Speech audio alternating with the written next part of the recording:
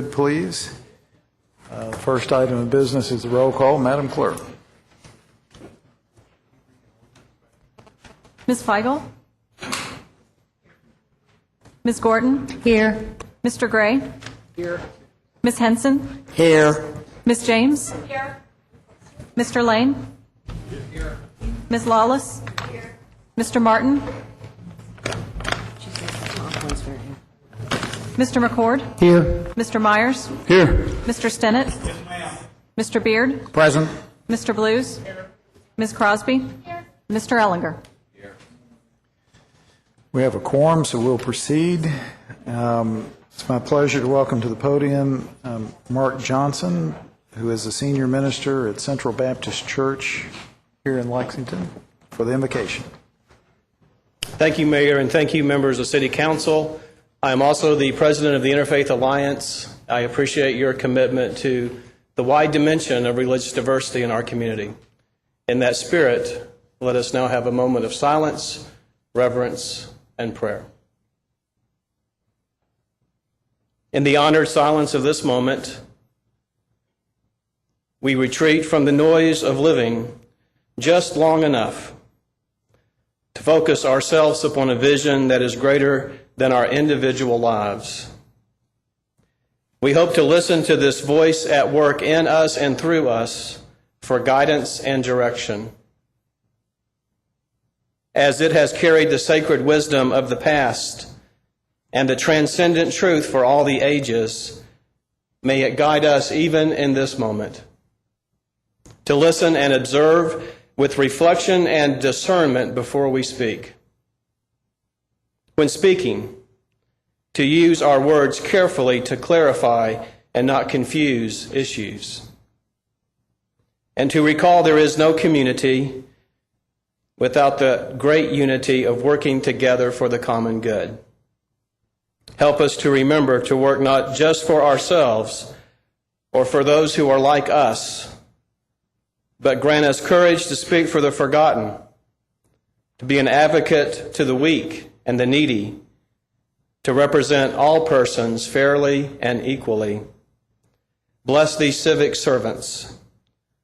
Strengthen them, encourage them, inspire them. May they resolve to never tire of the faith necessary for their task, for the solutions possible in their efforts, and the good that will result from their labor in the name of all we claim sacred. Amen. Thank you, Dr. Johnson, for joining us and for your invocation tonight. We have several minutes from earlier meetings to be approved. Is there a motion to approve them? Second. We have a motion by Councilmember Crosby and a second by Councilmember Henson to approve the minutes of the previous meetings that are listed on the docket. Is there any discussion? All in favor, please say aye. Opposed, no. Motion carries. Madam Clerk, would you give second reading to the ordinances entitled to second reading? Ordinance number 1, an ordinance amending Section 2152 of the Code of Ordinances, reallocating one position of Director of Streets, Roads, and Forestry from Grade 121E to Grade 123E in the Division of Streets, Roads, and Forestry, and appropriating funds pursuant to Schedule Number 33. Number 2, an ordinance amending certain of the budgets of the Lexington Fayette Urban County Government to establish $6 million in bond fund budget for the Lyric Theater project as approved at the Lexington Fayette Urban County Council meeting on July 2, 2009, and by reimbursement resolution on March 12, 2009, and appropriating and reappropriating funds, Schedule Number 34. Number 3, an ordinance amending certain of the budgets of the Lexington Fayette Urban County Government to provide funds for purchase orders rolling from fiscal year 2009 into fiscal year 2010, and appropriating and reappropriating funds, Schedule Number 35. Number 4, an ordinance amending certain of the budgets of the Lexington Fayette Urban County Government to reflect current requirements for funds in the amount of $400 for the Division of Parks and Recreation from Neighborhood Development Funds for the St. Roach Basketball Cheerleader T-shirts, and appropriating and reappropriating funds, Schedule Number 36. Number 5, an ordinance amending certain of the budgets of the Lexington Fayette Urban County Government to reflect current requirements for municipal expenditures and appropriating and reappropriating funds, Schedule Number 37. Number 6, an ordinance amending certain of the budgets of the Lexington Fayette Urban County Government to reflect current requirements for funds in the amount of $6,000 for a copier for the Division of Youth Services and appropriating and reappropriating funds, Schedule Number 38. Thank you very much. Is there a motion to approve those ordinances? We have a motion by Councilmember Crosby and a second by Councilmember Myers to approve ordinances 1 through 6. You'll notice that item number 7 is being postponed until later in the evening. Any discussion? Seeing none, we appear to be ready to vote. Those in favor of those ordinances, please indicate by voting aye electronically. Those opposed, vote nay electronically. And Madam Clerk, please call the roll. Ms. Feigl? Ms. Gorton? Aye. Mr. Gray? Yes. Ms. Henson? Yes. Ms. James? Mr. Lane? Ms. Lawless? Mr. McCord? Yes. Mr. Myers? Yes. Mr. Stennett? Mr. Beard? Aye. Mr. Blues? Ms. Crosby? And Mr. Ellinger? Thank you. Those ordinances are approved. Takes us down to item number 5 on the agenda. The ordinance is entitled to first reading. Madam Clerk, if you would proceed. Ordinance number 8, an ordinance changing the zone from a wholesale and warehouse business B4 zone to a highway service business B3 zone for a 4.63 net, 6.07 gross acres for property located at 1837 and 1844 Plotted Place, subject to certain use restrictions imposed as conditions of granting the zone change. Number 9, an ordinance changing the zone from two-family residential R2 zone to a townhouse residential R1T zone for 0.21 net, 0.24 gross acre, and from a planned neighborhood residential R3 zone to a townhouse residential R1T zone for 0.73 net, 0.81 gross acres for property located at 310 Romney Road. Number 10, an ordinance accepting the bid of Alltech Industries in the amount of $86,171 for an aerial cable placer and truck for the Division of Facilities and Fleet Management and appropriating funds pursuant to Schedule Number 48. Number 11, an ordinance amending certain... Madam Clerk, if you'd wait just a moment, Councilmember Gorton has a motion with regard to number 11. Thank you, Mayor. Yes, the administration asked me to make this motion. This is a purchase order that was not identified in the list on Tuesday and needs to be added. So I move to amend Ordinance 11 on the docket for first reading to add funds for historic preservation to Budget Journal 35940. These funds are to roll purchase order LF 59946 with National Alliance of Preservation Commissions for Board of Architectural Review training in the amount of $5,500 from fiscal year 2009 into fiscal year 2010. This purchase order was not identified in the original purchase order roll and needs to be included in this budget journal. Do I hear a second? I have a motion by Councilmember Gorton and a second by Councilmember Crosby to amend item number 11 as specified. Any discussion? All then in favor, please indicate by saying aye. Opposed, no. Motion carries. Madam Clerk, if you would give item number 11 as amended its first reading. Number 11, as amended, an ordinance amending certain of the budgets of the Lexington-Fayette Urban County government to reflect current requirements for municipal expenditures and appropriating and reappropriating funds, Schedule Number 39. Number 12, an ordinance amending Section 2152 of the Code of Ordinances, abolishing one position of Health Clinic Director, Grade 118E, one position of Health Clinic Nurse RN Supervisor, Grade 116E, one position of Administrative Specialist Principal, Grade 114E, one position of Health Clinic Nurse RN, Grade 114E, one position of Administrative Specialist, Grade 110N, one position of Certified Medical Assistant, Grade 110N, and one position of Staff Assistant Senior, Grade 108N, and amending Section 2252 of the Code of Ordinances, abolishing one position of Health Clinic Nurse RN part-time, Grade 114E, and one position of Staff Assistant part-time, Grade 107N, all within the Division of Family Services, and appropriating funds pursuant to Schedule Number 40.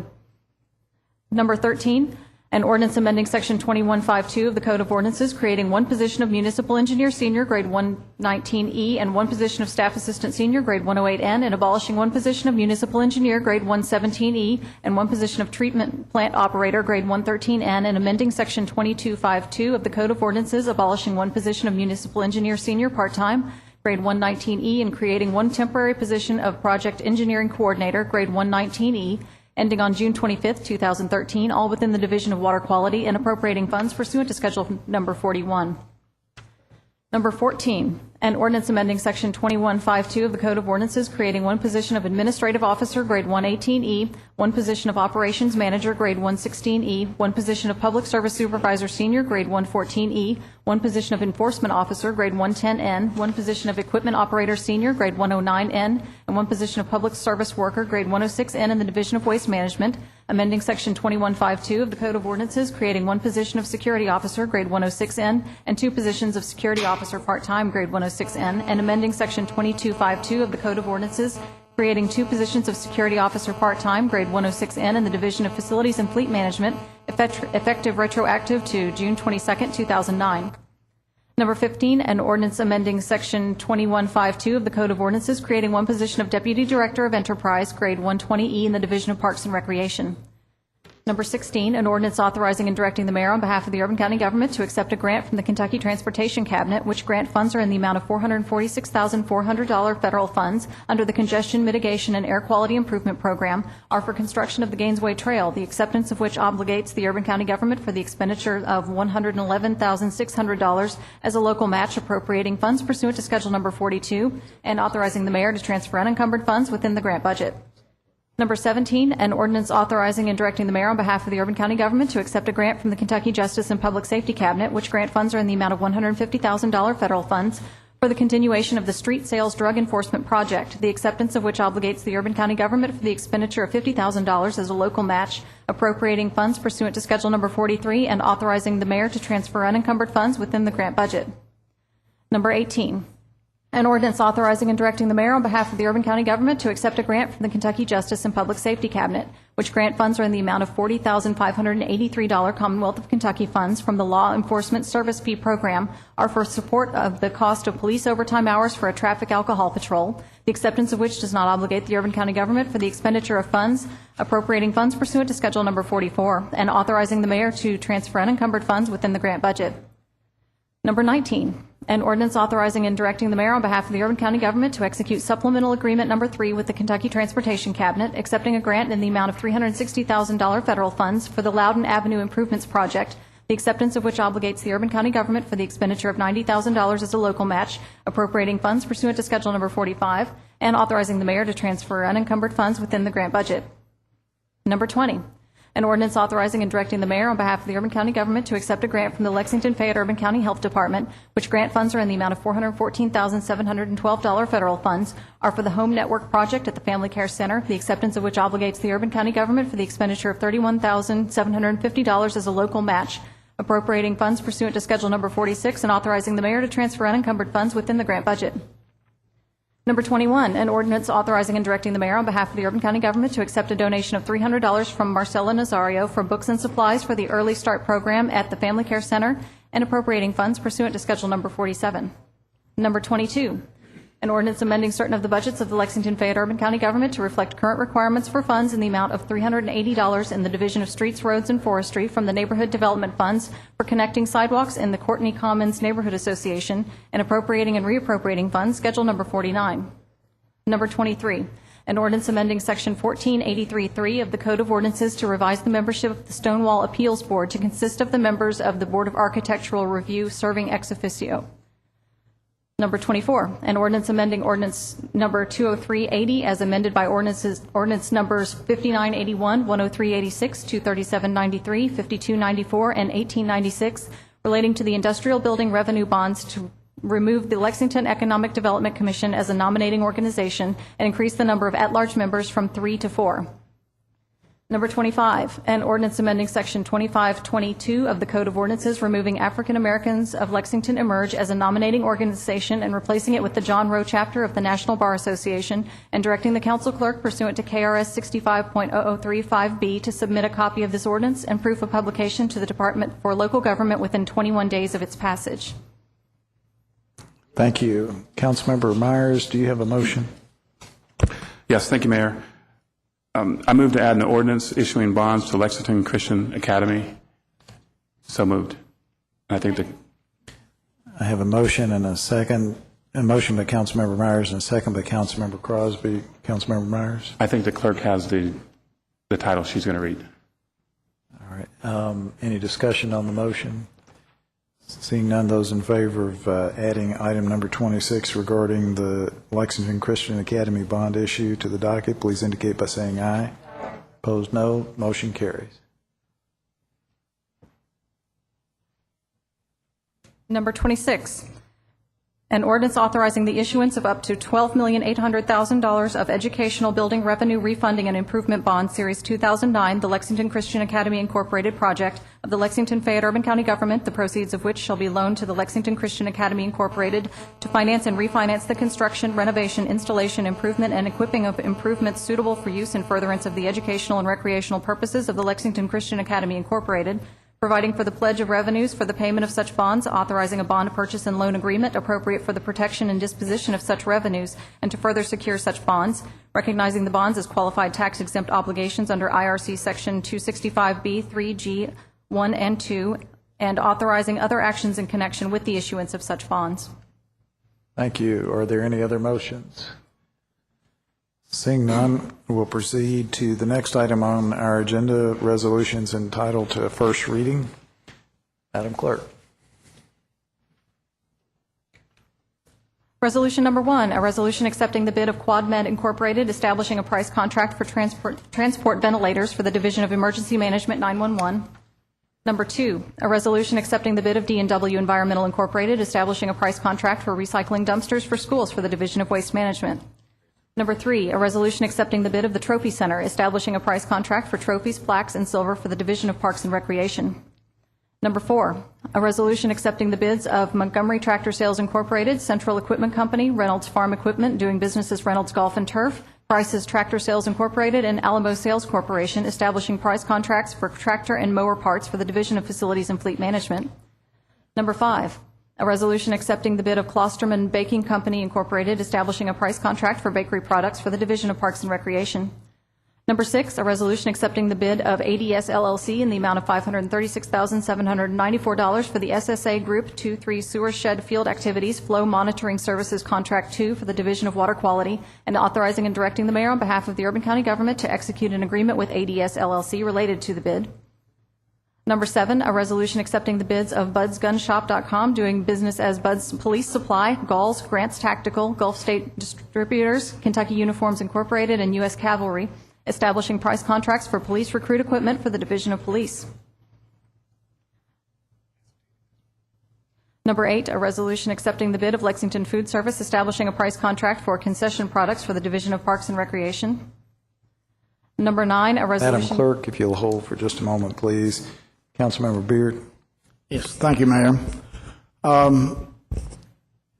There's a certain amount of contention over this this bid letting, and the owner of the underbidder, I guess underbidder, obviously an underbidder, would like a few moments at the podium to kind of explain his position, and I believe Rod Shervis is here also, in case anybody has any further questions of water quality about this subject. But Mr. Richard Lawrence, if you'd like to step to the podium, and if you had the handout, go ahead and. Thank you, Mr. Lawrence. You'll have 3 minutes. Julian Beard, thank you very much, and thank you, council people, for the opportunity to speak to you. My name is Richard Lawrence. I'm the owner of Leak Eliminators. We're at 1064 Manchester Street. We've been we've had a occupational license here for Lexington for like 12 years. We do primarily underground utility work. In the last 6 to 8 years, I'm sure we've worked in all of your districts, and to help the sewer service by doing camera and other types of work. Reason for me to speak here, this project was bid in April. We were the low bidder on the project at $2.7 million, and we had talked to, I had a couple of meetings about it, and we talked to Mr. Markham a time or two and met with other people, and we were under the impression that we were going to be awarded the contract, and I'd even met with Mr. Markham last week and asked that, that I be given the, whenever a recommendation was made, that I would be given a copy of it. Well, I just happened to go in purchasing today to see if they'd made a decision on it, and then I was presented with a recommendation that they were going to recommend the project to a contractor in Cincinnati for $200,000 more than our bid. So all I'm asking is, this project has bid in April, and at the time it bid, I thought that time was really of the essence to get it started. But, it hasn't been an attempt to do that. And I would just ask that I would have be able to meet with Mr. Markham, as some of the things information that were given to him, I feel like that is in error. And I think that we are in good standings with the city of Lexington, and we would certainly be able to provide a payment and performance bond of the $2,700,000 and some $1,000. So if you have any questions, all I'm asking is you please allow me the opportunity to have a further meeting with purchasing, and if we can't change your opinion, well, I will have no more objections. If you have a question, I'll be glad to answer it. Thank you very much, Mr. Lawrence. If you'll hold on for just a second while I confer with Mr. Askew here.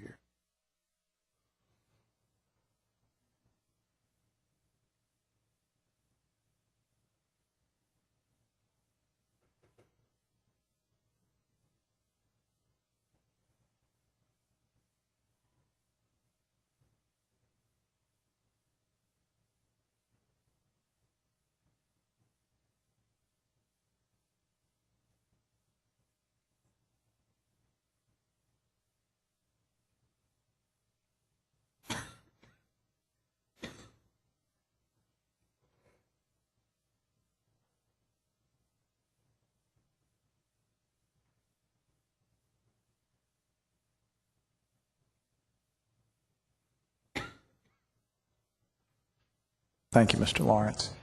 Does anybody have any questions for Mr. Lawrence? Ms. James? I don't necessarily have a question for Mr. Lawrence, but I do have a question for Logan. Thank you, Mr. Lawrence. Thank you. I'm glad you were able to make it tonight. Thanks.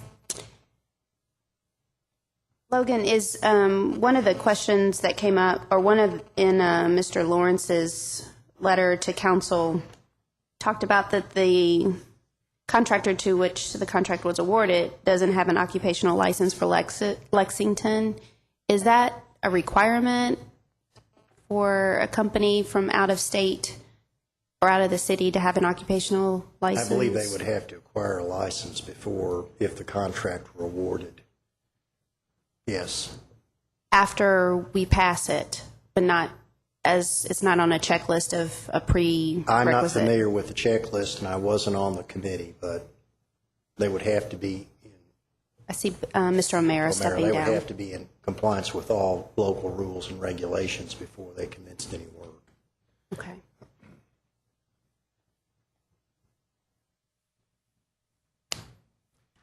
That is correct. And purchasing passes to the Division of Revenue before bid recommendations to make sure that if anyone is local, they're already registered, and that if they are out of town, they've been notified that they have to register if they are awarded the bid.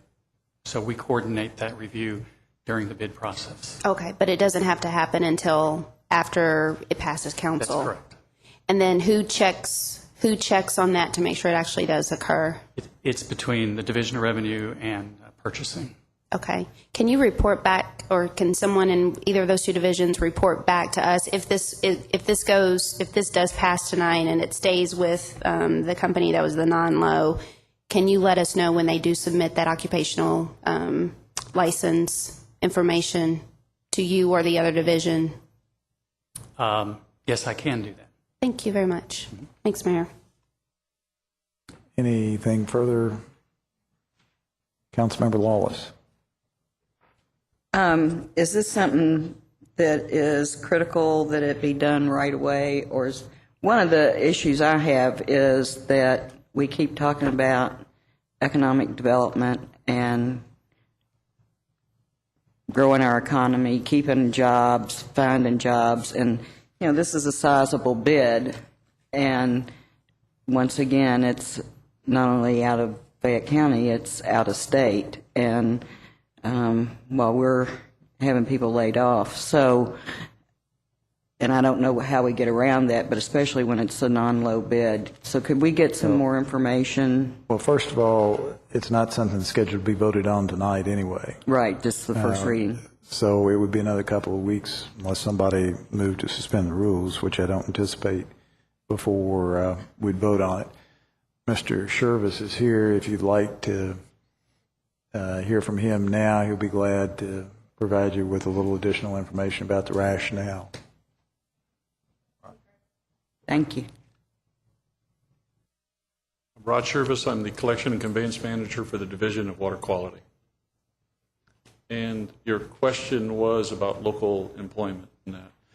Part of the component, one of the subcontractors that's working on this, in fact, about a third of the contract is local.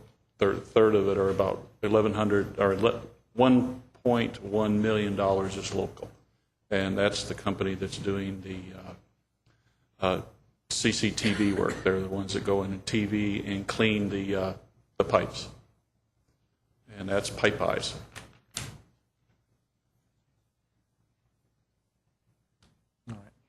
Councilmember Feigl.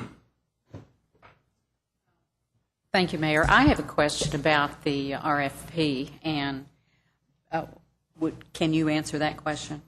I can answer most questions on the RFP. I'm familiar with it, yes. Okay. One of the reasons that is given to us for not accepting the low bid is that it did not include the smoke testing to identify the defects on the property, and that the water quality is estimated that the cost for this work to be about $350,000. So was that included in the RFP when it went out? In the RFP, there is a component for the bid for smoke testing. And along with that, in the paragraph where we're discussing about smoke testing, they refer back to the sanitary sewer assessment work plan that was developed and submitted to the EPA some time ago. Part of that component indicates that you will identify the defects on private property, smoke defects. When you smoke test, not only defects, meaning if there's a break in the pipe or if there's a connection to the storm sewers and that, when you put smoke in the system under pressure, you'll see that. And part of it is you'll also see it on private property, people's gutter smoking and things like that. And in the work plan, in the sanitary sewer assessment work plan, it does call that out. And we had 41 questions that we asked of both the first and the second bidders. And during that, one of the questions was specifically asking if they were going to do that and if they were going to use an electronic mapping system for that. A response to that was that no, that was not part of that. So the bid did not include that. Okay, so when the low bidder did not include that in his bid, then that eliminated him immediately because it didn't comply with the RFP. Yes. Thank you. Councilmember Myers. Thank you, Mayor. Is Mr. O'Meara still back there?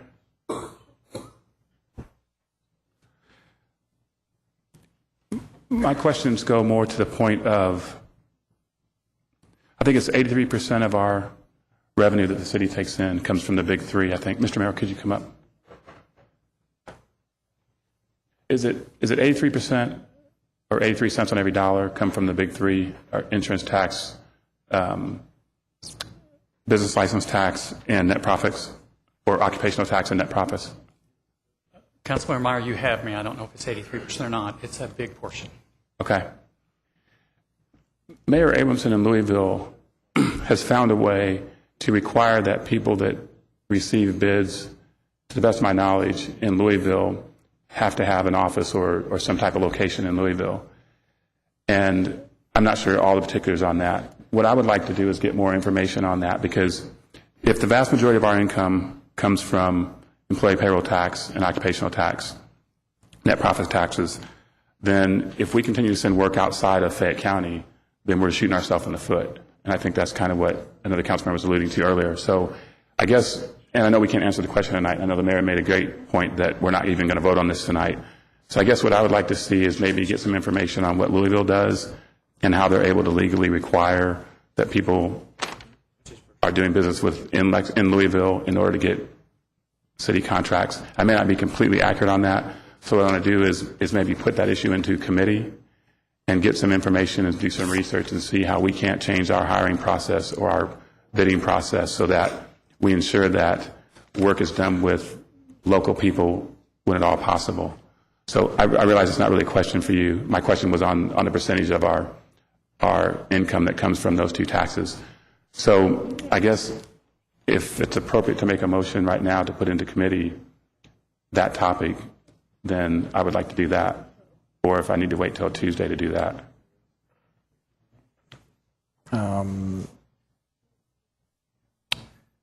Let me ask our parliamentarian, would a motion to refer a matter to committee be appropriate at this time? And I don't want to refer this bid contract or this piece into committee. That's not what I want to do.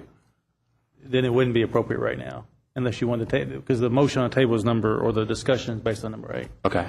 Or, yeah, number 9. So we can do that either later tonight or... Yeah, he can do it anytime, Tuesday or anytime. Okay, can I do it later on tonight? Yeah. At the end of the meeting? Okay, I'll do it then. Thank you very much. Thank you, sir. All right. Councilmember Beard. Thank you, Mayor. Bill, just to help me through your process in your former position, I guess. When a company is located elsewhere but comes in here to operate, do they pay occupation tax? Yes, sir. That's the process for when they're awarded the bid.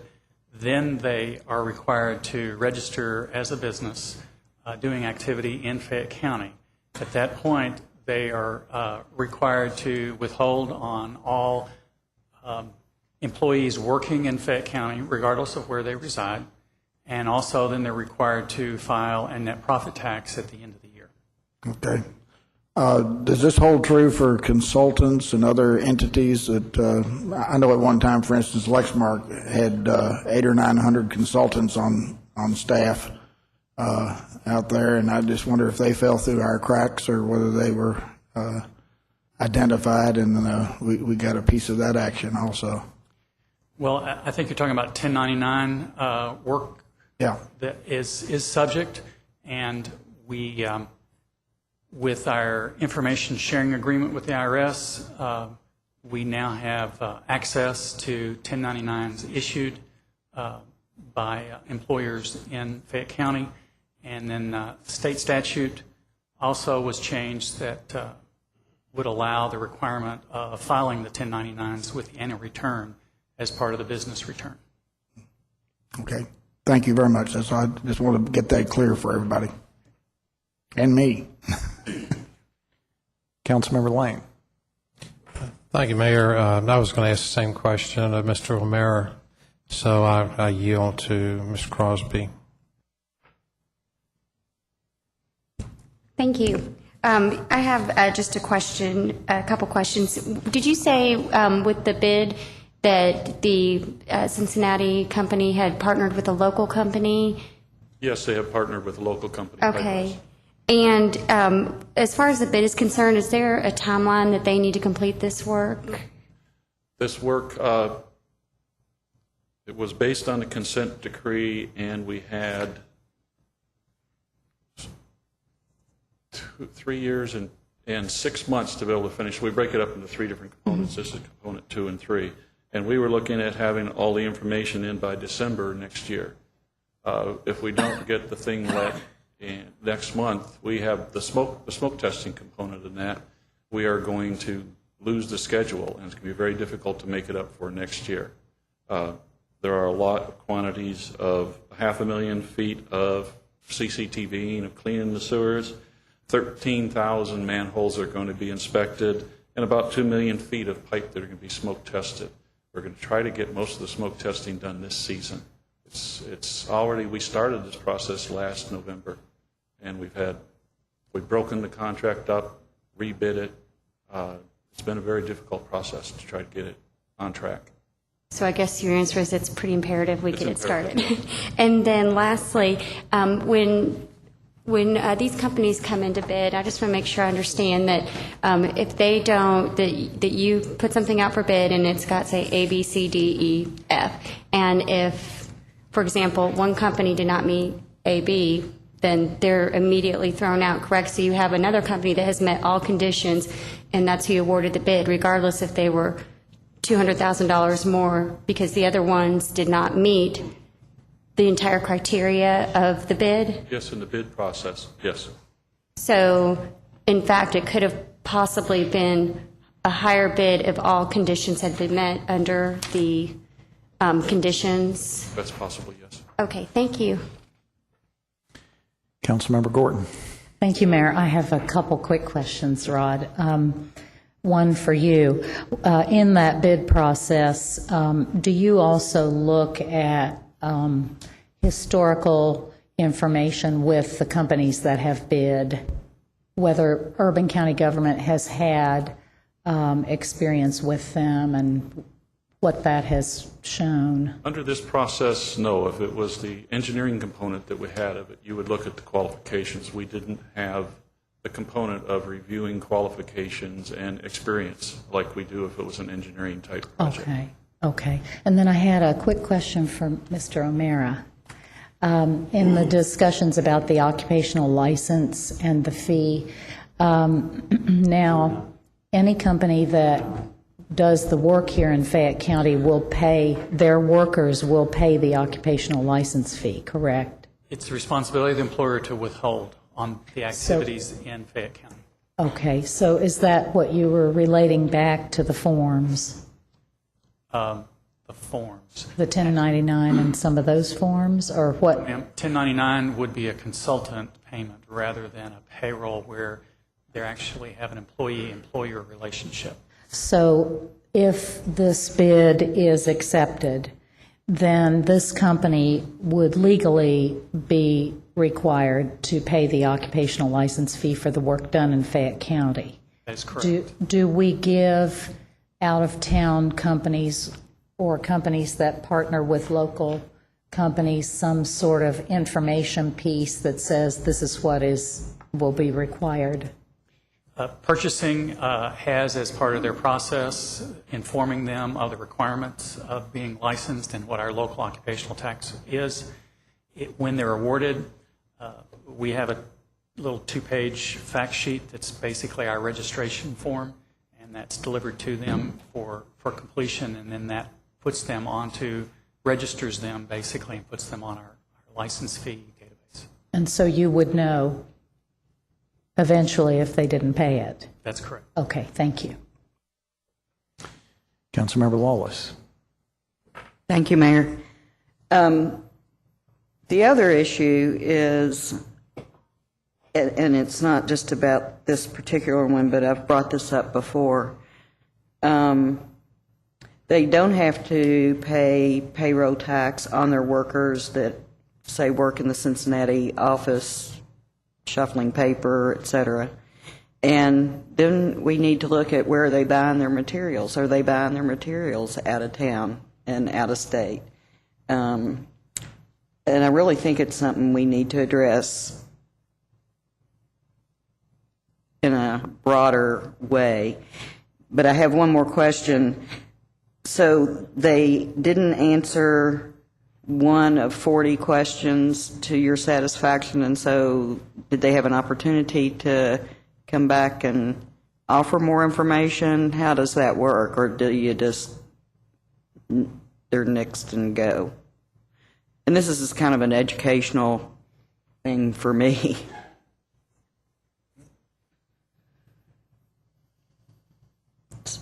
Or anybody that? No.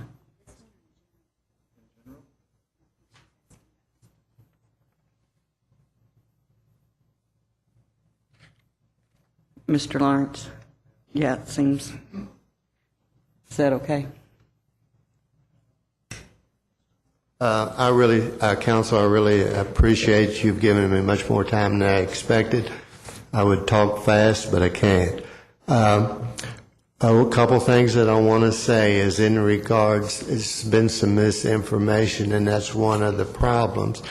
This bid on the smoke testing, it was to do 2,660,000 feet. 2,660,000 feet. Mayor? Or whatever the requirement was, and all of us bidders bid on the same quantity. Excuse me, point of order, Mayor. Councilmember Myers. I'm not sure that, with all due respect, the gentleman should be able to come back up and continue to interface. I think that the council members ought to be able to ask questions if they have questions, but for him to continue to just come up and plead his case, I'm not sure that that's appropriate. It may be that to the extent he's got an answer to a question raised by Councilmember Lawless, it'd be appropriate for him to answer that as opposed to talking about other things. So if you have any response to Councilmember Lawless. Oh yeah, that's what I was trying to respond to, was her question. We all of the people who bid on it bid on the same amount. It was just, in one of the books, it was just a question as to whether we got paid for doing work on private property or we did not get paid for work on private property. And I thought that had been addressed fully after the meeting. And let me just say one other thing. And I appreciate Mr. Myers' comment about the Louisville. We bid in Louisville, and they have a requirement. They penalize you 5% if you don't have a business there. There's also a stipulation there that they can penalize you if you don't have a Ford truck because they're made there. I think you've answered the question sufficiently. All right, thank you very much. Thank you. And we'll Thank you, Diane. try to get with purchasing and see if we can get more information on just the whole process and what we can do. I could answer the question that you asked about. We had a list of 41 questions we gave to both parties. Gave them about a week to be able to respond to it. They came back with written responses. Both of them brought in either written responses or verbal responses. When we had a further question, we asked them to be able to submit in writing if they had any further information on all of those questions, and gave everybody ample time to respond to that. Okay. Well, thank you. Thank you all very much. Thank you, Mayor. Vice Mayor Gray. My comments will be pretty quick, but I think it's worthwhile to reflect and step back. As in the 3 years that I've been on the council, I think this is perhaps the first occasion where we have had a vendor who has actually needed or felt he needed, or the company needed to come to the council. And I think that when we consider the literally hundreds of millions of dollars of purchases that are made by this government, that illustrates that our systems are pretty sound. Having said that, I also believe that it's worthwhile that since we have we will actually vote on this on the 27th, which should give us at least enough time, if we need to, to examine the bid tabulation. I assume that there's a bid tab. The purchasing does a nice job of tabulating bids and developing a matrix which illustrates the numbers and the attributes, the criteria that have been examined. And so we should have enough time to do that between now and the 27th. Thank you, Mayor. Councilmember Beard. Thank you, Madam. Rob, one other question. I guess the delay in Mr. Lawrence finding out the answer about if in fact he was disqualified early, why wouldn't he know that early? I really can't answer that for purchasing.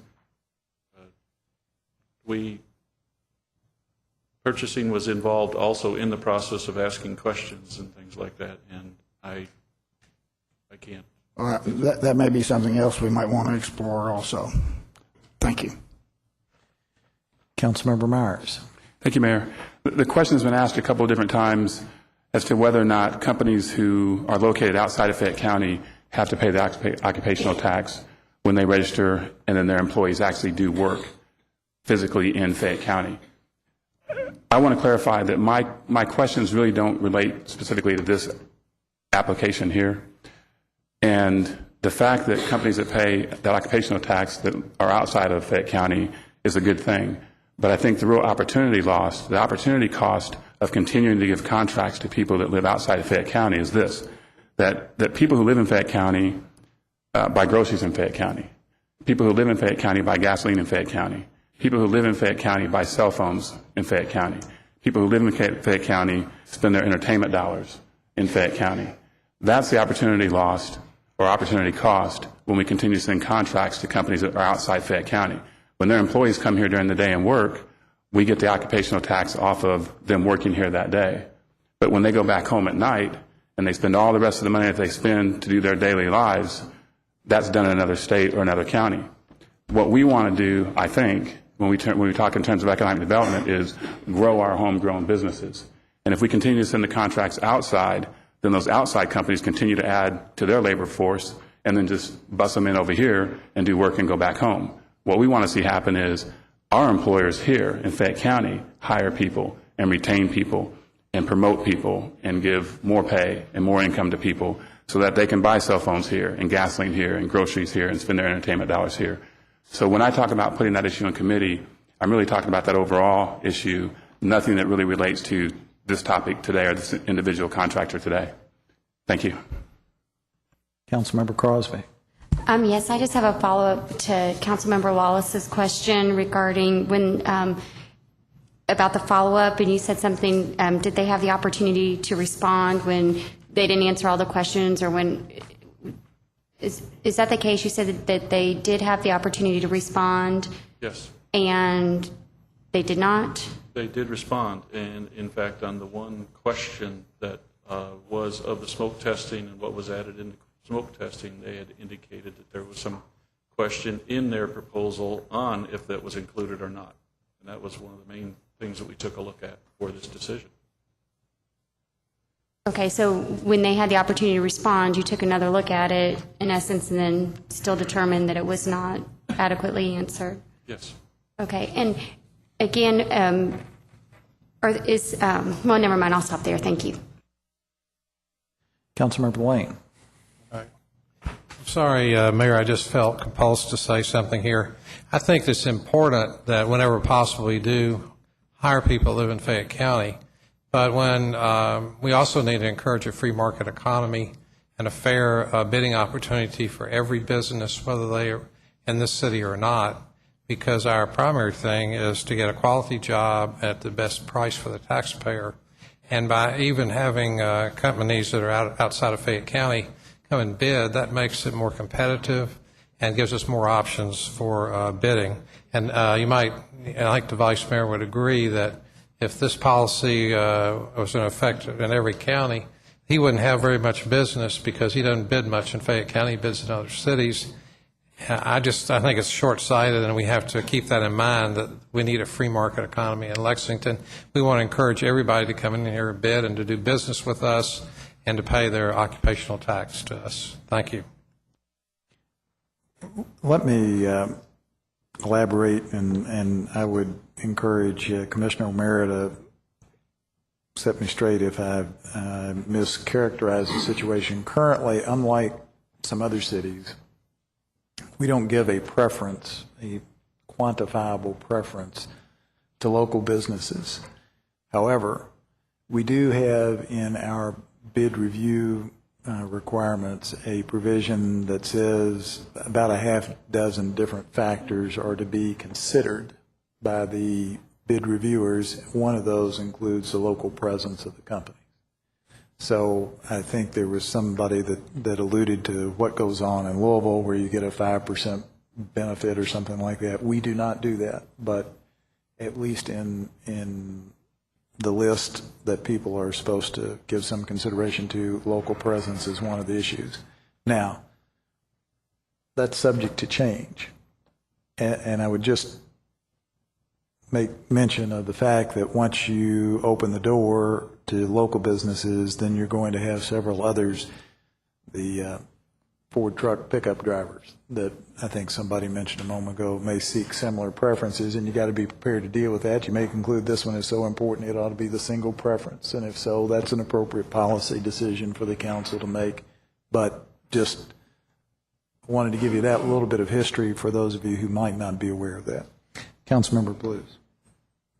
Thank you, Mayor. I just want to thank Councilmember Lane for making the point I was going to make. We want the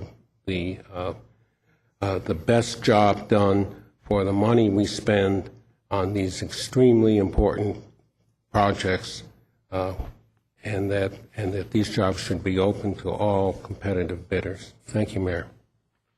Councilmember Myers. I just want to remind my good friend, Mr. Lane, that when you look at Louisville, they've got derricks and booms up, and they're building all kinds of construction in Louisville, and their economy's booming. And they have this policy in place, and it doesn't seem to affect their economy in a negative fashion. So I think we ought to put it in a committee and take a look at it. Vice Mayor Gray. We'll go over to Louisville, sounds like. I was going to make an observation that, and we are getting into a lot of arcane issues on this, but sometimes it's relevant that in the bid process like this, one of the issues that a contractor, a firm like Leak Eliminators, is faced with is, when they prepare a bid and they put the energy into it, and they get, in order to offer a bid for a project like this for a government, whether it's a municipal government or whether it's a federal or whether it's state, they are required to provide a bid bond.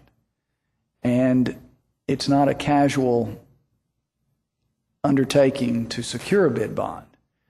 A surety company reviews these contractors before they will give them that bid bond. So, and so a significant issue that our purchasing and that we as a council have to consider is the extent to which, when we do make a decision to award a bid to a company other than the low bid, on what basis are we making that judgment? And for me, that question is even more relevant when a scope of a project like this is identified clearly and carefully, and a bid bond and a performance and payment bond is required of the vendor or the contractor, which was the case apparently here. So that's one of the questions that I'll have between now and the 27th that I'd like to ask Brian, because that does present a different, it could present a different point of view. Thank you, Mayor. And just in anticipation of a couple of weeks from now, we'll ask Mr. Markham to plan on being here to detail the process for you at that time. Councilmember Lawless.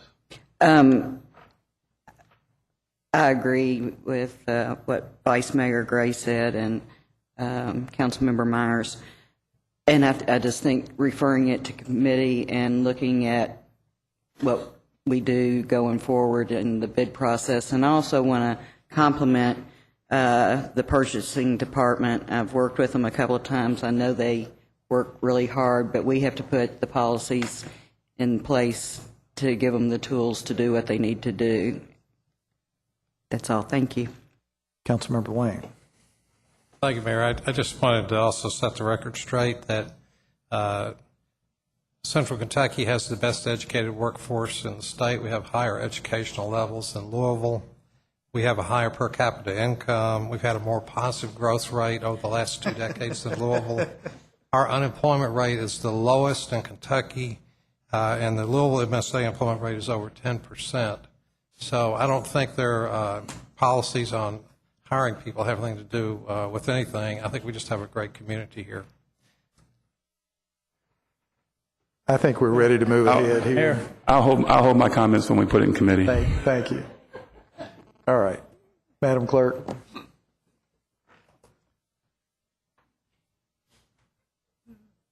Number 9, a resolution accepting the bid of Wolpert in the amount of $2,933,902.20 for the SSA Group 2-3 Sewer Shed Field Activities, Field Services, Contract 3 for the Division of Water Quality, and authorizing and directing the mayor on behalf of the urban county government to execute an agreement with Wolpert related to the bid. Number 10, a resolution accepting the bid of Tobacco Rose Farm Construction and Development Services in the amount of $1,381,531 for the SSA Group 2-3 Sewer Shed Field Activities, Raising Manhole Covers, Contract 4 for the Division of Water Quality, and authorizing and directing the mayor on behalf of the urban county government to execute an agreement with Tobacco Rose Farm Construction and Development Services related to the bid. Number 11, a resolution ratifying the probationary civil service appointments of Shara Maddox, eligibility counselor, grade 110E, 1161.10 biweekly in the Division of Adult Services and Tenant Services, effective September 14, 2009. Robert Andrews, hostler, grade 104N, 13.596 hourly in the Division of Police, effective August 17, 2009. Victor Abonio, computer analyst, grade 115E, 1,472 biweekly in the Division of Computer Services, effective August 31, 2009. Alicia Smith, Administrative Specialist, grade 110N, 16.540 hourly in the Division of Water Quality, effective August 17, 2009. Christina Stambaugh, Program Administrator, grade 117E, 2,357.12 biweekly in the Department of Social Services, effective August 3, 2009. Charles Neal, Public Service Worker Senior, grade 107N, 13.167 hourly in the Division of Water Quality, effective July 20, 2009. Clarence Steele, Public Service Supervisor Senior, grade 114E, 1,842.32 biweekly in the Division of Waste Management, effective August 10, 2009. Rebecca Weems, Program Manager Senior, grade 120E, 2,634.61 biweekly in the Division of Waste Management, effective July 20, 2009. Ratifying the probationary sworn appointments of John Barnott, Rick Branham, Jerome Brown, Shane Callahan, Eric Campbell, Daniel Clemens, Kevin Clemens, Adam Davis, Joseph Elliott, Chris Gadzick, Jeffrey Hallman, John Harris Jr., Jesse Holman, Michael Hurt, Jeffrey Hilton, Shlondia Jackson, Mark Lucas, Stephen Parker, Richard Peak, Anthony Relaford, Matthew Schwarberg, Aaron Sherrill, Christopher Spears, Charlton Sweezy, David Waters, Gary Weddington II, firefighter, grade 111N, 17.027 hourly in the Division of Fire and Emergency Services, effective August 31, 2009. Jason Walton, Fire Lieutenant, grade 315N, 17.268 hourly in the Division of Fire and Emergency Services, effective July 20, 2009. Leslie Fryman, Fire Captain, grade 316N, 22.368 hourly in the Division of Fire and Emergency Services, effective July 20, 2009. Ratifying the permanent sworn appointments of Jonathan Abbott, Christopher Burlisle, Christopher Carrington, Charles Davis, Brian Durman, Mark Evans, Joseph Falinsky, Robert Frazier, Timothy Fritz II, Christopher Harris, Brad Hawkins, Ryan Holland, Jeffrey Howard Jr., John Linton, Christopher Mason, Brian Missick, Brandon Moravchik, Jason Newman, James Norris, Jesse Palmer, Richard Rader, Marcus Sell, Aaron Sherrard, Donna Shepard, Kevin Sloas, Tyler Smith, Sean Stafford, John Steele III, Michael Talby, Nicholas Whitcomb, James Winter, police officer, grade 311N in the Division of Police, effective June 10, 2009. Approving the unclassified civil service appointment of Shannon Gordon, social worker, grade 111E, 1677.76 biweekly in the Department of Social Services, effective August 31, 2009. Approving the unclassified civil service salary adjustment in the Office of the Urban County Council of Ronald Scott Seymour, aide to council, grade 000E, 1856.80 biweekly to 1923.08 biweekly in the Office of the Urban County Council, effective June 1, 2009. Approving the voluntary demotion of Scott Kelly, Client Assessment Counselor, grade 112E, 1,346.35 biweekly in the Division of Adult Services and Tenant Services, effective August 24, 2009. Number 12, a resolution of the Lexington Fayette Urban County Government requesting that the Kentucky Economic Development Finance Authority issue industrial building revenue bonds to finance an industrial building project in Lexington Fayette County for Goodwill Industries of Kentucky Incorporated. Number 13, a resolution of the Lexington Fayette Urban County Government approving the application of the Lexington Christian Academy Incorporated for educational building revenue refunding and improvement bonds related to an industrial building project undertaking the issuance of educational building revenue refunding and improvement bonds to finance and refinance the project, authorizing the execution of a memorandum of agreement relating to the project and the bonds, and taking other preliminary action. Number 14, a resolution authorizing and directing the mayor on behalf of the Urban County government to execute certificates of consideration and other necessary documents for property interests needed for the Leesway Drive sanitary sewer project at a cost not to exceed $5,000. Number 15, a resolution authorizing and directing the mayor on behalf of the Urban County government to execute certificates of consideration and other necessary documents for property interests needed for the Beverly Avenue sanitary sewer project at a cost not to exceed $50,000. Number 16, a resolution authorizing and directing the mayor on behalf of the Urban County government to execute an amendment to agreement with the Kentucky Transportation Cabinet for extension of the FY 2007 fiber optic cable installation project through June 30, 2010 at no cost to the Urban County government. Number 17, a resolution authorizing and directing the mayor on behalf of the Urban County government to execute an amendment to agreement with the Kentucky Office of Homeland Security for extension of the Metropolitan Medical Response Systems project through July 31, 2009 at no cost to the Urban County government. Number 18, a resolution authorizing and directing the mayor on behalf of the Urban County government to execute a mental health services agreement with Bluegrass Regional Mental Health Mental Retardation Board Incorporated for court-ordered mental health evaluations of clients referred to the Division of Youth Services at a cost not to exceed $2,000.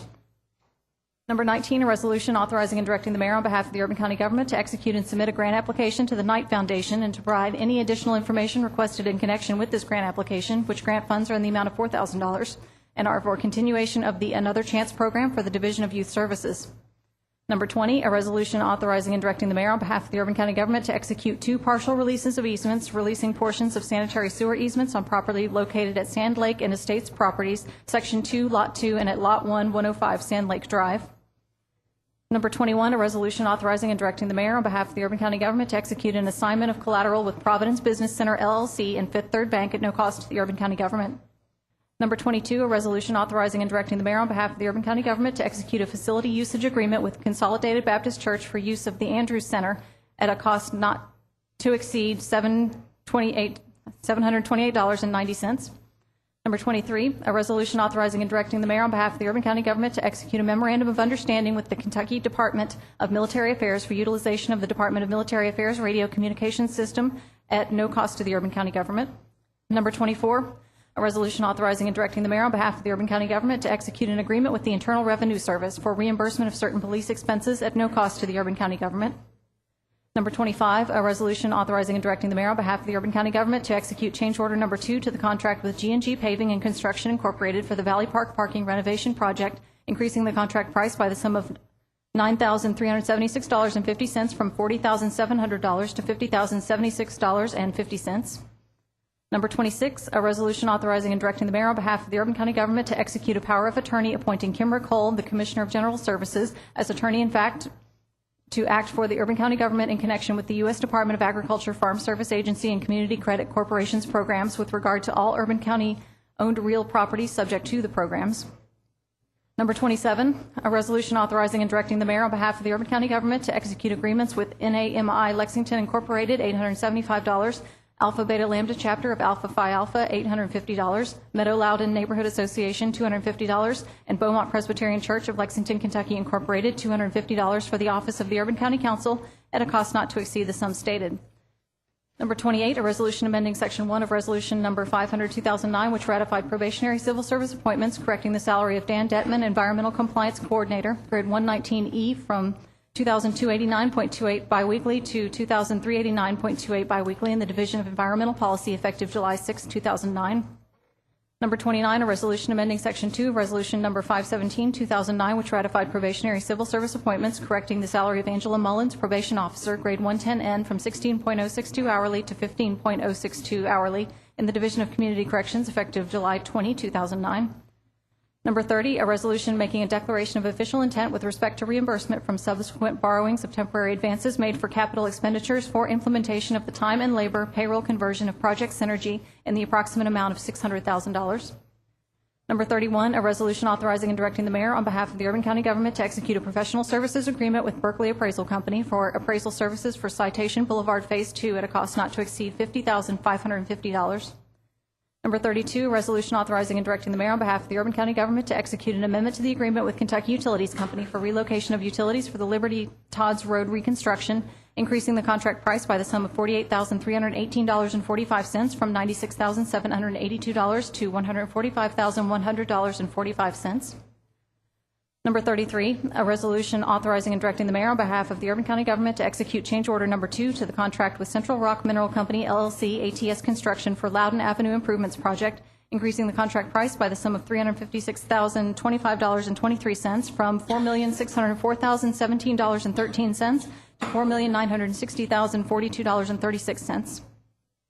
Number 34, a resolution authorizing and directing the mayor on behalf of the Urban County government to execute change order number 2 to the contract with Mack Construction and Excavating Incorporated for Meadows Northland Arlington Public Improvements Design Phase 3B, increasing the contract price by the sum of $24,976.85 from $1,209,895.44 to $1,234,872.29.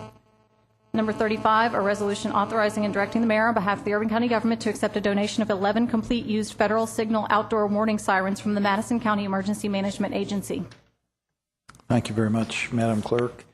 At our work session on Tuesday, I think Councilmember Gordon suggested some additional information from Commissioner O'Meara about the options with regard to number 30 would be appropriate, and I know he circulated a memo. Councilmember Gordon, will ask for your guidance about how you'd like to proceed, whether you want him to go through the memo or other suggestions. Well, thank you, Mr. O'Meara, for providing this. It is what I was looking for. I guess I would simply, I don't have a question based on what you provided us. I don't know that other council members do, so. Does anyone have any follow-up for Mr. O'Meara? All right. Are there motions then with regard to the resolutions receiving first reading? Councilmember McCord, I understood you had an item you wanted to give second reading to. Thank you, Mayor. Item number 17. This is time sensitive so that we can have these funds available. So moved. Motion is to suspend the rules for purposes of giving second reading to item number 17. Is there a second? Councilmember Blues has seconded that motion. Are there others that we can include? Councilmember Lane. Thank you, Mayor. Resolution number 21, and the reason for the request is that while we were on break, the mayor was unable to sign documents that's holding up a bank closing. So move. All right. We'll treat that as a friendly amendment to Councilmember McCord's motion. Are there others? All right. We have a motion to amend to suspend the rules for purposes of giving second reading to items number 17 and 21. Those in favor of suspending the rules for those two items, please indicate by saying aye. Aye. Opposed, no. Motion carries. Madam Clerk. Number 17, a resolution authorizing and directing the mayor on behalf of the Urban County government to execute an amendment to agreement with the Kentucky Office of Homeland Security for extension of the Metropolitan Medical Response Systems project through July 31st, 2009 at no cost to the Urban County government. And number 21, a resolution authorizing and directing the mayor on behalf of the Urban County government to execute an assignment of collateral with Providence Business Center, LLC and Fifth Third Bank at no cost to the Urban County government. Thank you. Is there a motion to approve those two items? Councilmember Ellinger has moved to approve those two items. Councilmember Beard has seconded. Any discussion? Seeing none, we'll proceed to vote. All in favor of approving those items, please indicate by voting aye electronically. Those opposed, vote nay electronically. Madam Clerk, please call the roll. Ms. Feigl? Ms. Gordon? Aye. Mr. Gray? Yes. Ms. Henson? Yes. Ms. James? Mr. Lane? Yes. Ms. Lawless? Mr. McCord? Yes. Mr. Myers? Yes. Mr. Stennett? Mr. Beard? Aye. Mr. Blues? Ms. Crosby? Mr. Ellinger? Thank you. Those resolutions are approved. That takes us down to item 7 on the agenda, communications from the mayor. A motion to approve those those appointments would be in order. I have a motion by Councilmember Lane and a second by Councilmember Henson to approve the appointments. Any discussion? Councilmember Gordon. Mayor, I noticed that number 2, Mr. Polson would replace Mr. Day, and that Ms. Roche Phillips would be reappointed, and I wondered if you have, if we will be getting a recommendation to fulfill Mr.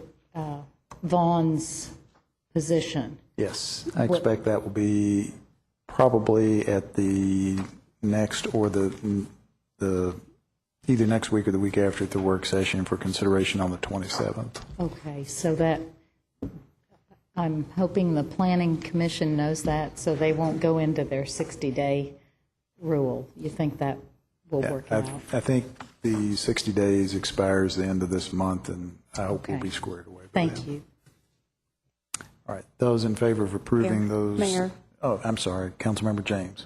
With that same thing, tagging on to what Councilmember Gordon's talking about, one of the things that came up today in our confirmation discussions was the vacancy kind of needs on Planning Commission, and we talked about that maybe affordable housing might be an issue that might need to be, as you think about appointments in the future, that affordable housing is an issue or a topic that some area of specialty might be needed in Planning Commission. Did you say on the Planning Commission? On Planning Commission, yeah. Just food for thought. I'll keep that in mind. Planning Commission appointments are difficult. Obviously, there's some very significant issues, and you want to try to make sure you have good folks there. But if any of you have paid much attention to the Planning Commission, you know the incredible commitment of time and energy and training you have to make in order to participate in the Planning Commission. But that's certainly a valid topic for consideration, and we'll see if we can find someone with that particular focus. Thank you. Anything further? Those then in favor of approving those appointments, please indicate by saying aye. Opposed, no. Motion carries. There are several communications for information purposes only. Under item 8, item 9 is the building inspection report. Are there any announcements under number 10? We have a couple of individuals who have indicated a desire to comment in the public comment section. The first is Mr. McCarthy. If you'll step to the podium, you'll have 3 minutes. And then Mr. Keeler. Mr. Keeler, great. For the record, my name is Bernard McCarthy. My address is 515 Harry Street. I want to say tonight that first, I think you should be building streets, not streetscapes. I would strongly object if this government does anything to any streets that reduce their traffic carrying capacity. But I also object if you spend money on redecorating the streets in a fashion that doesn't help their capacity any, but uses up a lot of money beyond normal repair and maintenance. I don't really think that we should be spending tax money on decorations and aesthetics, not when we have such a great need for more capacity all over the county.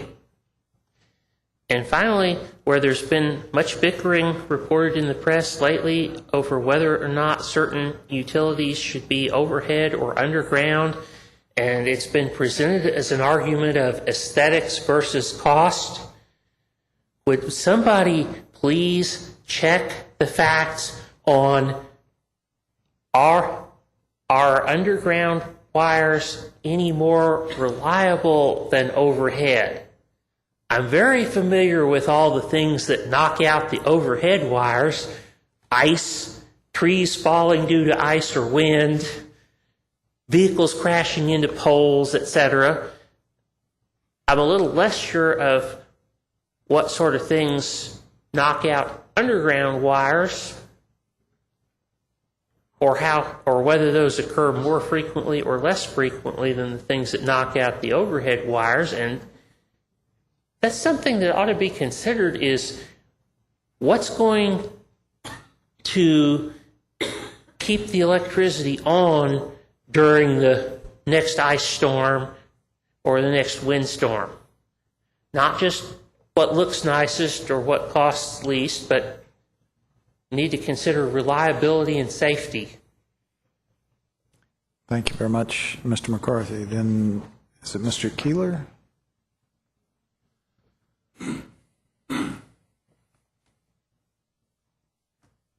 Thank you for the opportunity to speak at this time. I'd like to just address a little bit the article that was in the newspaper today about Newtown Pike Extension. And I guess after reading it, I have the question, what are we proposing as a city? A gateway to the horse capital of the world? Or is it just going to be another town in America that's going to be lined with utility pole signs, driveways, in and out of businesses and so forth? Now, the drawings and the pictures show us a different scene from that. What the show is a parkway, basically. There's street trees, there's landscaping, possibly even some artwork, and walkways. Parkway leading to something that is alive and exciting, and we want to come to this town and be a part of what's going on downtown. A place where I would want to return again and again. The latter image won't happen if this street is another thoroughfare. I read in the leader today that Mr. Kelly, advisor to the mayor, said overhead lines were always the plan. If true, then these lines should have been shown in the illustrations. Also, are the price differences between the installation of overhead lines and underground utilities, as stated in the paper, accurate? There was some figures quoted there. That's $35 per lineal foot for overhead, and a whopping figure of $475 per foot for underground.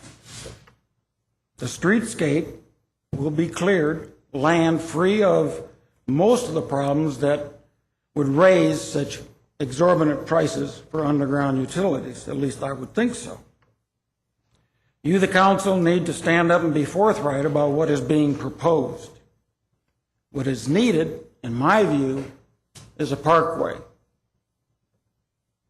If I may, I would like to leave you with some photos of actual scenes in downtown Lexington. They illustrate what the Newtown Pike Extension will likely look like if utilities are constructed overhead. It may not look like this at the start, but give it time and it will look like these photos show.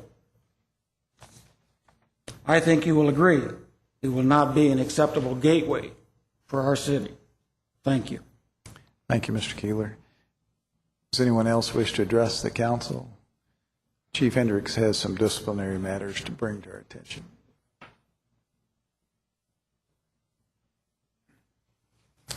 Thank you, Mayor, Council. I have three separate disciplinary matters. In each of the three cases, the recommendations have been signed off on by the employee. In the matter of Joan Nugent, employee number 40034, committed the offense of misconduct. The division recommends a written reprimand, and again, he is signed off with his concurrence. Councilmember Ellinger has moved that we accept the recommended discipline. Councilmember Crosby has seconded that. Any discussion? All in favor, please say aye. Opposed, no. Chief? In the matter of William Taylor, employee number 42989, also committed the offense of misconduct, for which he has been recommended a written reprimand. Again, he has signed with his concurrence.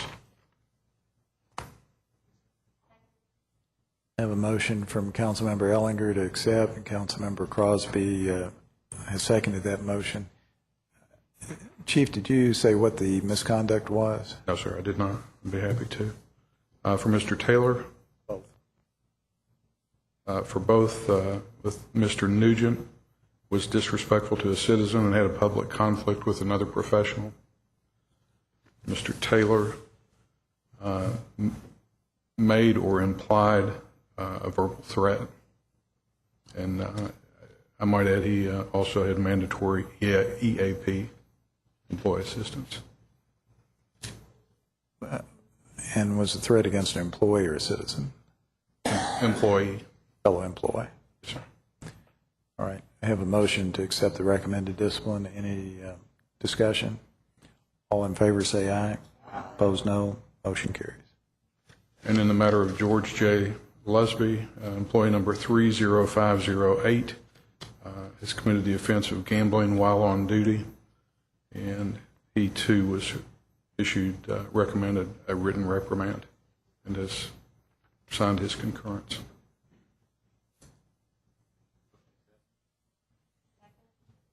I have a motion to accept and a second. Motions by Councilmember Ellinger, the seconds by Councilmember Crosby. Any discussion? All right. Those in favor, please say aye. Opposed, no. Motion carries. Thank you very much. I know we have a public hearing scheduled for approximately this time. I'm sorry. We have a There's a police matter? disciplinary. Sorry. I have two employees. First, on January 17th, 2009, while responding to a resisting prisoner at Fayette County Detention Center, Officer Matthew Jordan violated Lexington Division of Police policies by not completing the proper reports and extending courtesy to a citizen. Officer Jordan has signed an agreement of conformity for 20 hours of suspension without pay and mandatory employee assistance program.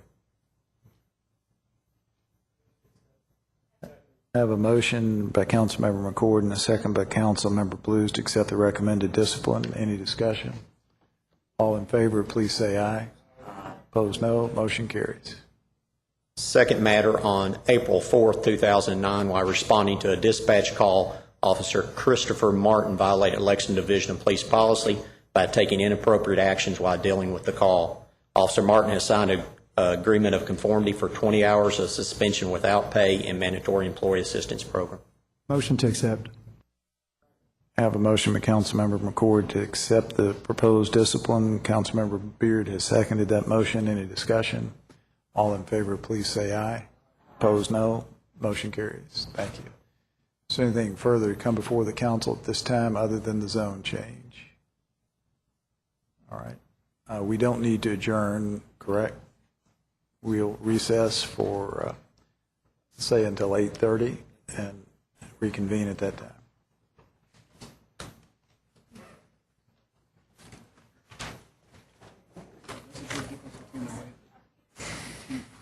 No kid.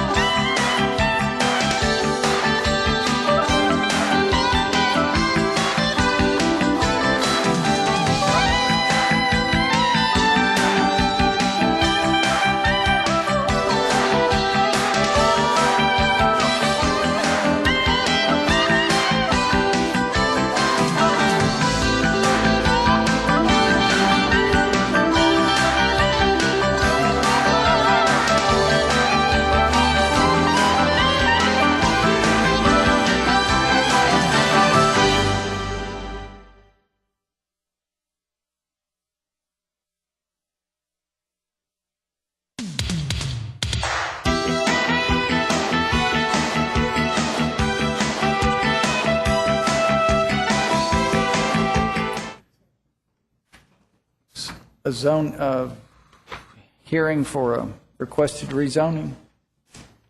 And I'm going to ask Mr. Bill, if he will please take us through the procedure, because as many times as I've done it, I should know by heart now, but I don't. I admit it. And I know you do, because you've done it, well, a couple of times anyhow, right? Yes, sir. So if you would just tell us what we're going to do tonight. Gladly. You'll have, first thing will be a second reading given to the ordinance proposing to rezone the property.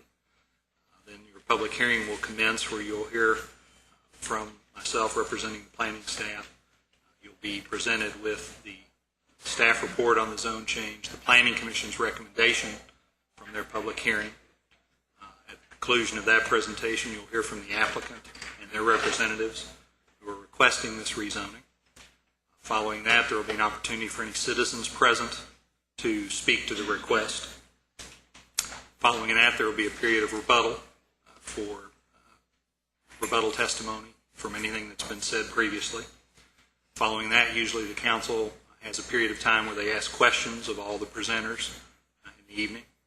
Then usually the council will consider, after all their questions have been asked and answered, considering adopting findings of fact and then voting on the ordinance.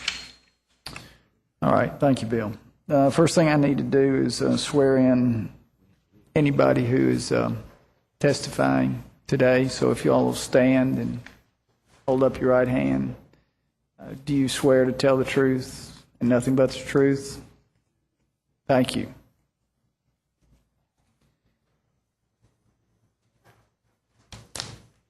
Now we need a second reading, please.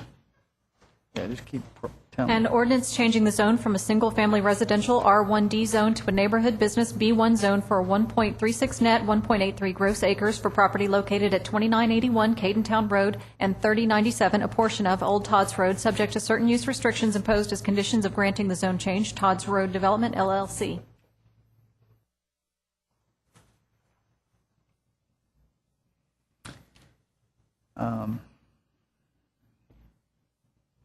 Councilmember Ellinger has pointed out to me that I need to inform everyone present that the presiding officer has the authority to make evidentiary decisions to exclude irrelevant and repetitious testimony from the record. Okay, that means try to avoid repeating yourself. That's the way I read it. Am I correct on that? Okay, close? All right, so, Mr. Bill. Now, what's going to occur now for those who are viewing audience, Mr. Sally is representing the city's planning department, and he will present the planning department's point of view,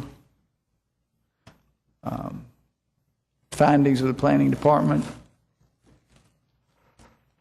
and Bill, will you also tell us about the commission's findings?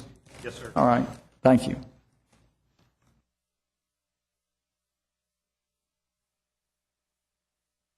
Mr. Vice Mayor, thank you. Members of the council, good evening. As is necessary, I have a number of items to enter in the record of your public hearing this evening. The first is the legal notice that was published in the local newspaper advertising your public hearing this evening.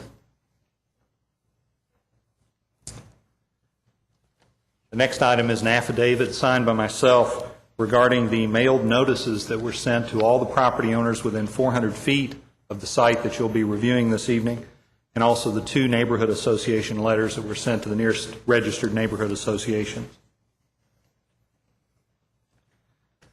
The next item is the recommendation from the Urban County from the Urban County Planning Commission for their public hearing held on May 28th regarding this zone change request.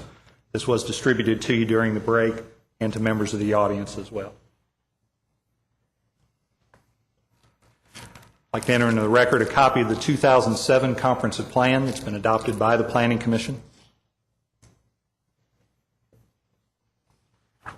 Copies of the current zoning ordinance and land subdivision regulations that are in effect for the Urban County. Then finally, I'd like to enter into the record a few photographs that I'll be showing you during the course of my presentation, and I'd also like to circulate these to you at this time.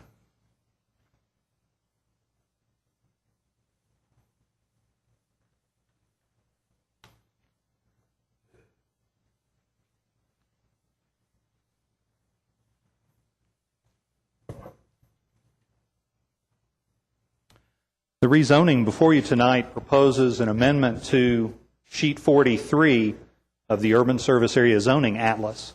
That map is to my immediate left, and the subject property before you this evening is just under 1.4 net acres of property, and it is a portion of two pieces of land that are both north of Man o' War Boulevard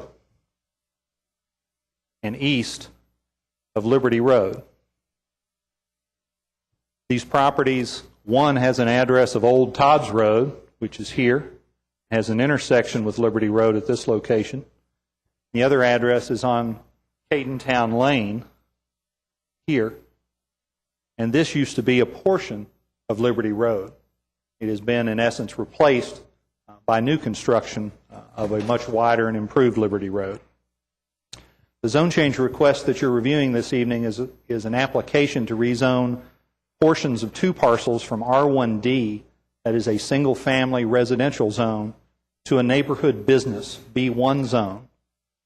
Most of the property is the Cadentown Road address at just over an acre, and a little over a quarter of an acre of it is a portion of 3097 Old Todd's Road, most of which is already zoned B1. It's indicated by the red on this map. There's a blow-up of the map on the overhead. I'd like to orient you again to the zoning that exists in this area. Again, the subject property is R1D, as is property on either side of it, across the new Liberty Road, parcel immediately adjacent, and parcels across Cadentown Lane. The Cadentown Road is a boundary between H1 zoning in the Cadentown Historic District and the area of the subject property, which is not bound by an H1 overlay zone. The Cadentown area was approved for an H1 rezoning in 2001. Again, there is B1 zoning immediately to the south of the subject property and across Old Todd's Road as well.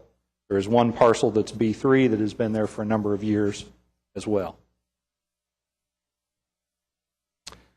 I'd like to orient you to the property with a few photographs.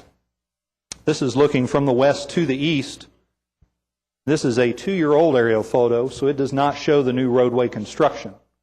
But again, to orient you, we have Man o' War Boulevard, the signalized intersection here with Todd's Road and Liberty Road.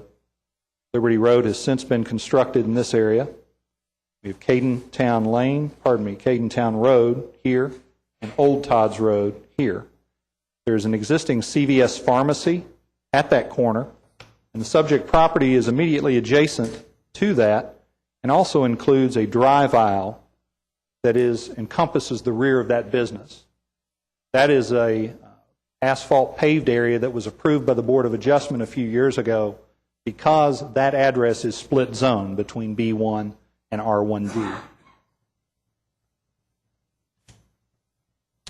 This is a view looking almost at the same area, only it has identified the subject property with the shading. This is the area before you this evening, portion of 3097, Old Todd's Road, and then the balance, which is the 2981 Cadentown Road property here. This is a view looking from the south at the subject property in the immediate area. Directly across Liberty Road, we have townhouse development in the Kennedy Landing area, an apartment complex here, and also the Brighton Shops, which have an orientation to both Man o' War, Helmsdale Place, and to Liberty Road at this location. Here's another view looking at the opposite direction. This is looking from the north to the south. Subject property adjacent to that is again a portion of the Kennedy Landing townhouse development, the CVS pharmacy, and at this location the Todd Center shopping center. an additional townhouse development that's occurred at Maple Leaf Drive and Man o' War Boulevard here. We also have a few on-the-ground shots that do show the new road construction that has been completed in this area. This is a view from the rear of the CVS property, and in the foreground, the center left of this photo, you see the subject property. It is currently vacant with the exception of the asphalt driveway that I've described to you, and it does have frontage along the new roadway. Mickey Lane is a residential street that provides access to this new road to the townhouse development on either side of it. And if you look at this vehicle here, that is at the intersection of Campbell Lane and Liberty Road. Campbell Lane serves a few residential dwellings to the north of the subject property. This is a photo at almost the same location, looking in the opposite direction toward the intersection of Man o' War Boulevard and Liberty Road. And as you can tell by this photo, these were not taken either in the morning or the evening peak hour of traffic. There's very little traffic in this photo. The subject property is to the right of this particular photograph. You can tell there is a slight grade elevation change in this area. Final photo, this is of Old Todd's Road, and this is at the location that provides one access to the CVS drugstore from that facility, and does show the Todd Center commercial development across the street from that pharmacy.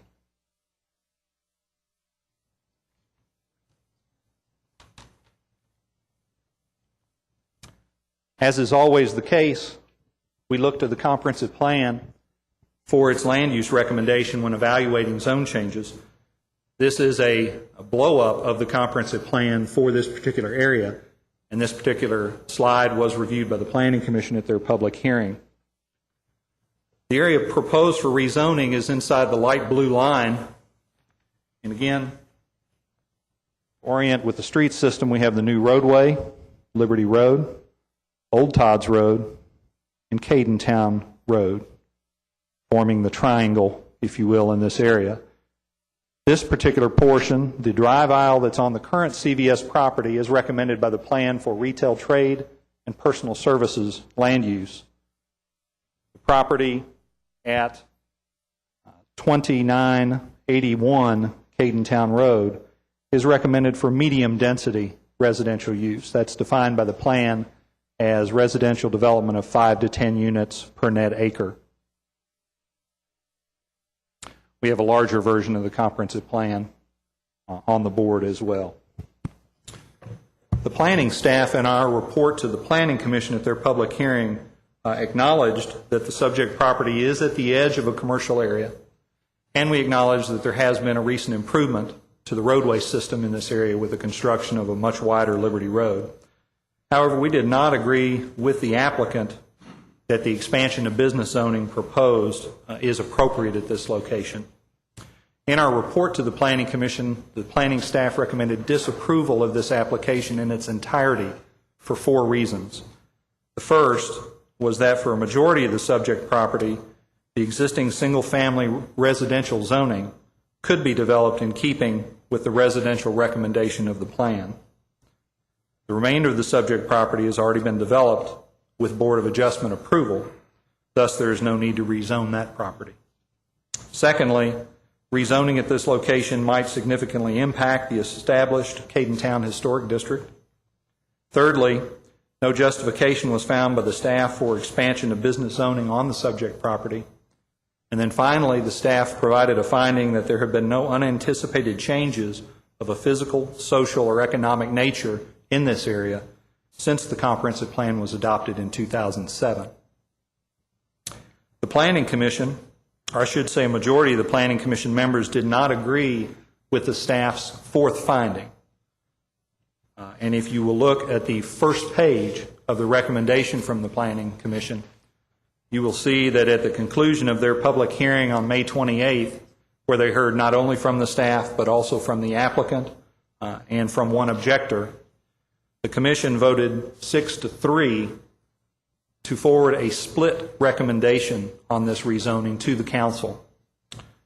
The Planning Commission recommended conditional approval of the proposed rezoning from R1D to B1 for the portion of 3097 Old Todd's Road. That is the property that already has the drive aisle on it. They provided two findings for that recommendation. The first, there has been an unanticipated change in the community area since the comprehensive plan was adopted in 2007. Secondly, the Commission found that the existing R1D zoning is inappropriate and the proposed B1 zoning is more in agreement with the comprehensive plan. As part of their recommendation, they are recommending that over 20 uses that are ordinarily allowable in the B1 zone be prohibited for this portion of the property utilizing conditional zoning. Some of those use restrictions include things like automobile service stations, outdoor miniature golf courses, arcades, drive-through facilities, self-service car washes, upholstery shops, gasoline pumps, funeral parlors, and the list that appears at the bottom of that page. The Planning Commission did forward a finding for the adoption of conditional zoning at this location. That was that these use restrictions have been offered by the applicant and are appropriate and necessary to protect the established residential neighborhood nearby from the most intrusive of B1 uses that are otherwise permissible. The Planning Commission did not recommend approval of the balance of the zone change request, that is basically from R1D to B1 for the property at 2981 Cadentown Lane. As is the Planning Commission's custom, they did also review the development plan that was proposed as part of the zone change. We have it to my left as an exhibit for your hearing tonight. And just to tell you what the development plan was for the property, it has a slightly different orientation. North is in this direction. This is the new Liberty Road. This is the existing drive aisle for the pharmacy that we saw in the photo. And the development plan proposes a 7,500 square foot building with associated off-street parking for 38 vehicles. It proposes a detention basin along the frontage of Liberty Road, and in addition has two access points, one proposed to Liberty Road and one utilizing that existing drive aisle that currently serves the CVS pharmacy. That concludes my prepared remarks. I thank you very much for your kind attention, and as you know, I will be available for any questions you may have later in the evening. Thank you. Thank you, Mr. Sally.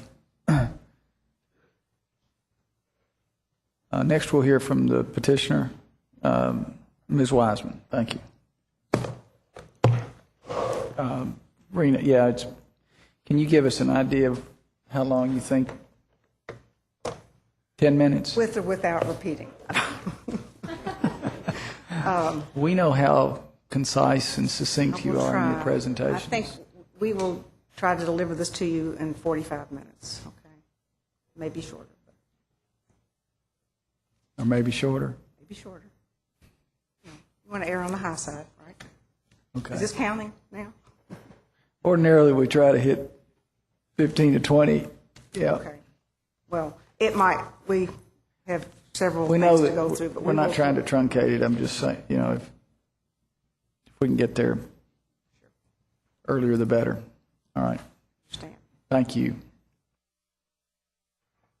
For the record, I'm Rena Wiseman. I'm here tonight for the applicant, Todd's Road Development, LLC. The principal is Gary Joy, who is with us this evening. Also, Nick Nicholson, my associate, assisted me on this case. And Kevin Phillips of Endress Engineering is going to speak briefly. Brad Johnson is here from Wilbur Smith, did the traffic engineering. I have listed these three gentlemen as potential witnesses. It is my plan only to have Kevin speak briefly, but I want them to be here if there were questions that they could answer that I could not. Let's see. Am I started now?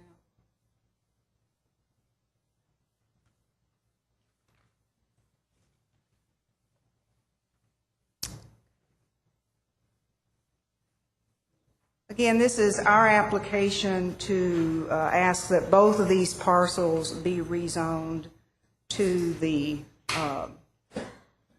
residential, from residential R1D to B1, neighborhood business with conditional zoning restrictions.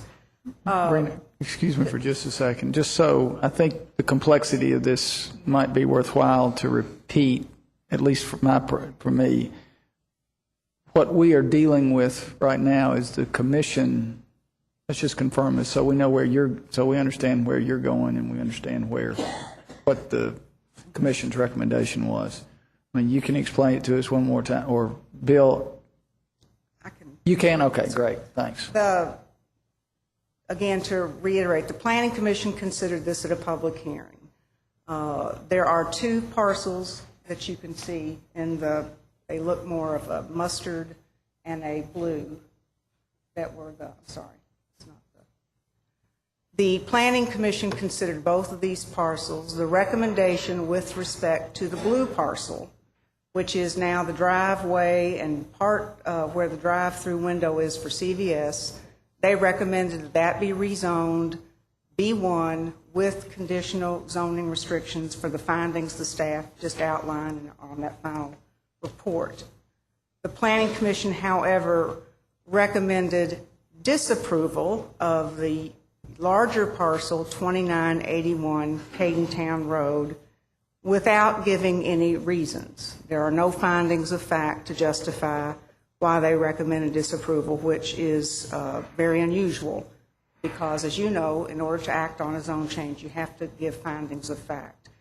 This, I would point out by one other fact of background is that there was a lot of discussion about the appropriateness of the yellow property for business, and there was actually a motion to reconsider the denial of the 2981 Cadentown Road. That motion failed 5-4, and ultimately the Planning Commission voted in a split vote of 6 to essentially rezone the blue, keep the other property at single-family residential R1D. So we are here today to ask that you approve both parcels for B1 with conditional zoning for B1, just as they did for the blue parcel. Now, I want to give a little, the Planning Commission did note that there have been changes in this area. And there are a lot of changes, and I'll go through these slides and pictures quickly, because if you're from here or you've lived in this community any length of time, this is an area of the community that used to be out in the country. This was Old County.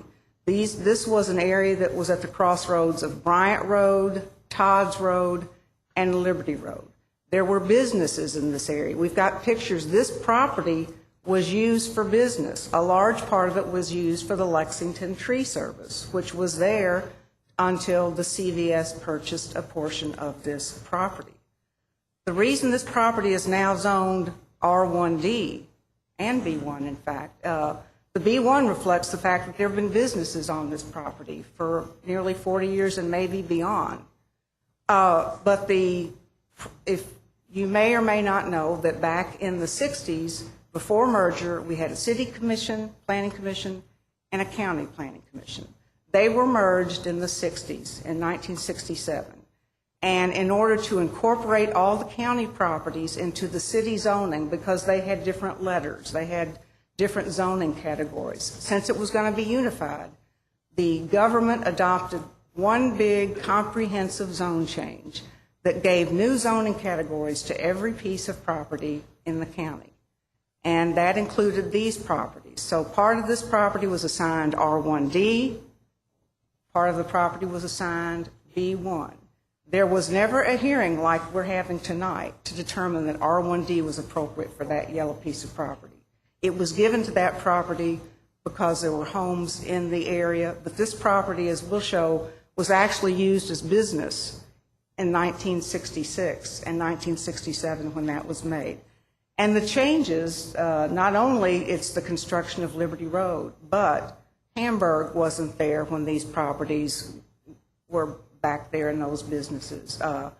Andover wasn't there. Man War Boulevard wasn't there. So what you've got with these two pieces of property are some leftover properties where development over the last 40 years has encroached, and these are some of the only undeveloped parcels inside Man-O-War all the way back to New Circle Road.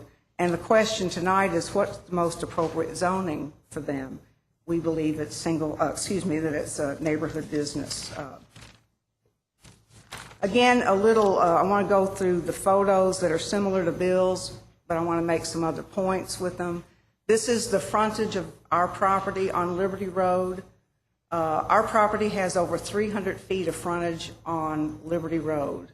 We have limited access on Cadentown Road, only about 18 feet. This is standing on the corner of the property looking out across Liberty Road to the Speedway, Super America, where the flag is.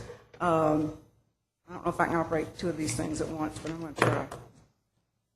In this location, this is the CVS there. Continuing across the street, this is a small home that's actually on Bryant Road. It's one of those leftover pieces. That's zoned R1D. That house actually has a driveway onto Bryant Road. Doesn't face Liberty Road. This property and this property is the balance of our property, 2981, that was cut off when Liberty Road was constructed. These are some more pictures, again, to show you the extensive frontage, over 300 feet, that our property has on Liberty Road, and also to show you that other residential uses on this property back up to it. These are more townhouses down the road. They don't face Liberty Road. They back up to it. They don't have driveways. We're sort of an island cut off from any of the residential areas. These are the townhouse development, Kennedy Landing. They back up to our property. Again, there's townhouses across the way, back up to Liberty Road. One feature about this property is that there's no opportunity for this little piece to be incorporated into any other residential neighborhood. It's barely an acre, exclusive of driveway, and it's R1D. All you can do with that are 4 single-family lots that can't be tied into Kennedy Landing. They can't be tied in across the road anymore because that property is now segmented by Liberty Road. It can't be, part of CVS as a neighborhood, can't be part of the townhouses. So this is an island of 1 acre that, if it stays in its current zoning, can only be 4 single-family homes with their primary and only access onto Liberty Road. I'm sorry, let me back up. The blue piece that was in my first slide, and the 50-foot that Bill referred to, is the part of CVS that's actually zoned R1D and that the Planning Commission recommended approval of. You can see that it's used as the driveway onto Cadentown Road. This area over here is what is 2981 that is zoned R1D. So this is our neighbor, is the CVS. This is the rest of that 50-foot strip that's zoned R1D that the Planning Commission recommended to be B1. This is our frontage on Cadentown Road, 18 feet. You can't put any sort of two-way road or driveway to access Cadentown Road in that narrow piece of property. So we're effectively cut off from Cadentown. If this property remains an island, it won't have any access to Cadentown Road. And all that's going to be done with that area is that it's going to be used, I think we will have to keep 15 feet buffer from the property on this side, and it will be used for the sewer. Otherwise, there's no beneficial use that can be made of that property. This is, again, across Cadentown Road from our entrance, the CVS entrance, that's the 50-foot. This house, I don't know if you noticed on the map that Bill went through, but that is a house, but it's also zoned B1 and could be developed today for any use that's allowed in B1, no restrictions. This is Mr. Adami's house. He's here and will speak. He backs up to us. He faces and accesses Cadentown Road. We don't have access. The purpose of this slide is to show the buffering that there is today and will be retained between our property on this side, and it's very hard to see with the lighting, but this is the trees that go down that strip that buffer that property from our neighbor's property.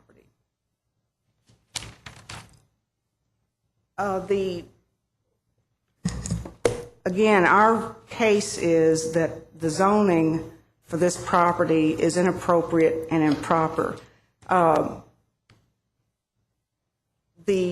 little more history to this property. As I talked about one point, I'm skipping ahead myself. Access, I think Bill mentioned, if you look at our development plan, one of the features of this that we'll talk about in a bit is the opportunity to have a shared access between the CVS and this property. The CVS does not have access to Liberty Road. If you want to go to CVS from Liberty, you have to turn into the intersection of Liberty and Old Todd's Road. And you have to come out that unless you want to go down Cadentown onto Mickey Lane. This property will have access onto Liberty Road. This property sold right-of-way to the state, and the deed to the state provides that this remaining property, as is the property across the street, is entitled to access to Liberty Road by permit. That means you have to get a permit from the state, and if you meet the requirements of the state, and of course your local regulations, this property has access to Liberty Road. And as I've pointed out, we don't have the opportunity to access Cadentown. Under our plan, what we would have agreed to, should this go forward, is a joint and reciprocal access where these two properties could be joined, and people wishing to come into CVS can come in off of Liberty Road from either direction, keeping them out of the intersection of Old Todd's and Liberty Road. And likewise, anyone wishing to enter this development from this location can come up Cadentown and go through the CVS and enter it in that fashion. We think that's a positive, and this next slide will show you that this is generally the area where that connection could be made. This just gives you a flavor of what this property looked like until the roads came in and the property was reconfigured for the CVS. There were actually 3 parcels. This little piece here is partially zoned business and single family. It had a house. This property was at that time called 3097 Todd's Road. We'll have to remember that address. Today it's 2981. That was changed. And this was 3101 Todd's Road. Those properties were used for over 40 years for business purposes.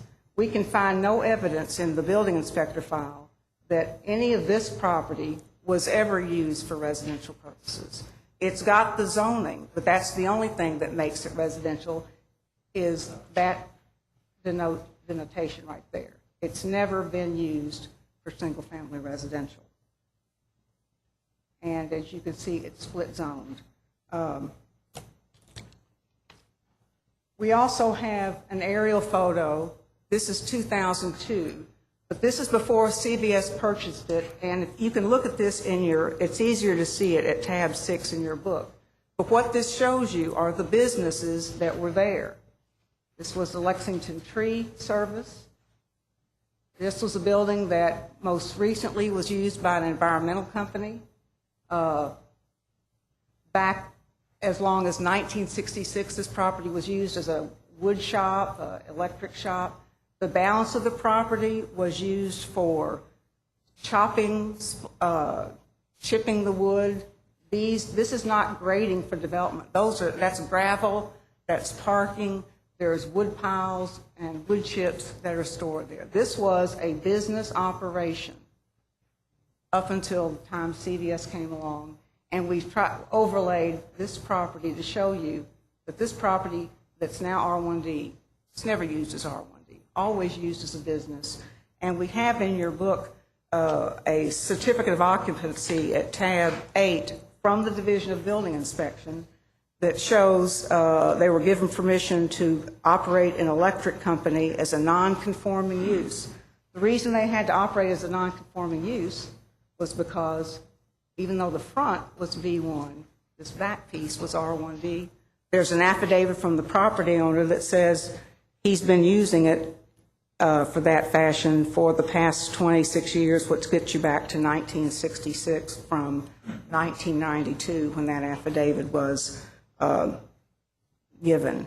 I want to skip ahead, if I can, to one more slide. This is at tab 14, but this is a plot plan that when CVS was doing their due diligence to purchase the property, showed what was on there. And you can see it better in your book at tab 14. You can see that there was the Lexington Tree Service, you have asphalt parking, you have gravel parking, you have the building used to, metal building, this is where the wood was processed. These are various piles and stacks of wood. This gravel area is where the trucks came in, picked up the wood, delivered the wood was stored all over. Haydentown Road is down here. This does not include that corner property. But this entire property was used for business, and according to the affidavit and building inspection, was used as business, our property, the yellow piece, since it's going back as far as 1966. It's never been used for business. So when we ask you tonight to find that this is appropriate for business, I think we have to keep in mind the fact that the most recent uses of this property have been for business. It has been used for business, and the only reason that property got cleared off was when CVS purchased it in 2002, and they redid the property lines in order to configure their property in that fashion. They went to the Board of Adjustment to use the 50-foot strip, and then the next slide shows how it looks today now that Liberty Road is here. This is the property that we're asking to go to B1 with restrictions.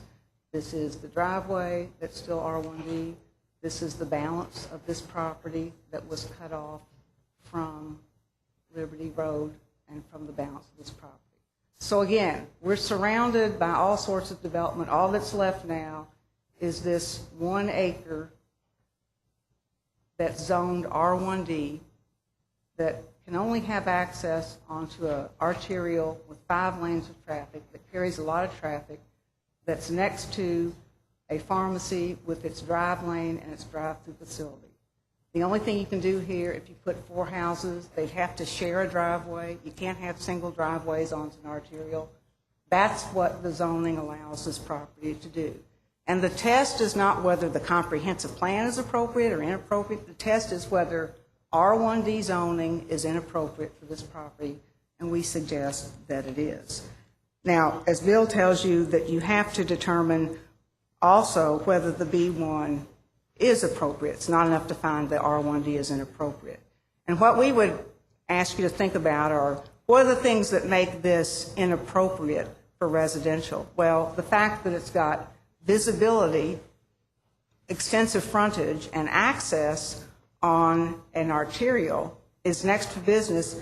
Those are the things that make it very undesirable for residential, but make it totally suitable for business.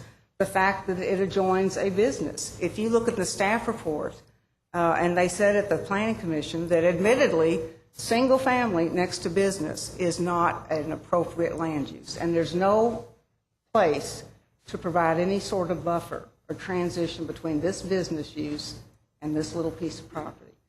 With the conditional zoning we're proposing, which is basically a P1 zone with some added business uses, then you will have a property that provides a transition step down from all the commercial here, this commercial, over to these residential areas. And your comprehensive plan talks about having appropriate transitions and buffers, so you don't put one high-intense use next to a low-intensity use. So those are the reasons that it's inappropriate, that it's appropriate for business.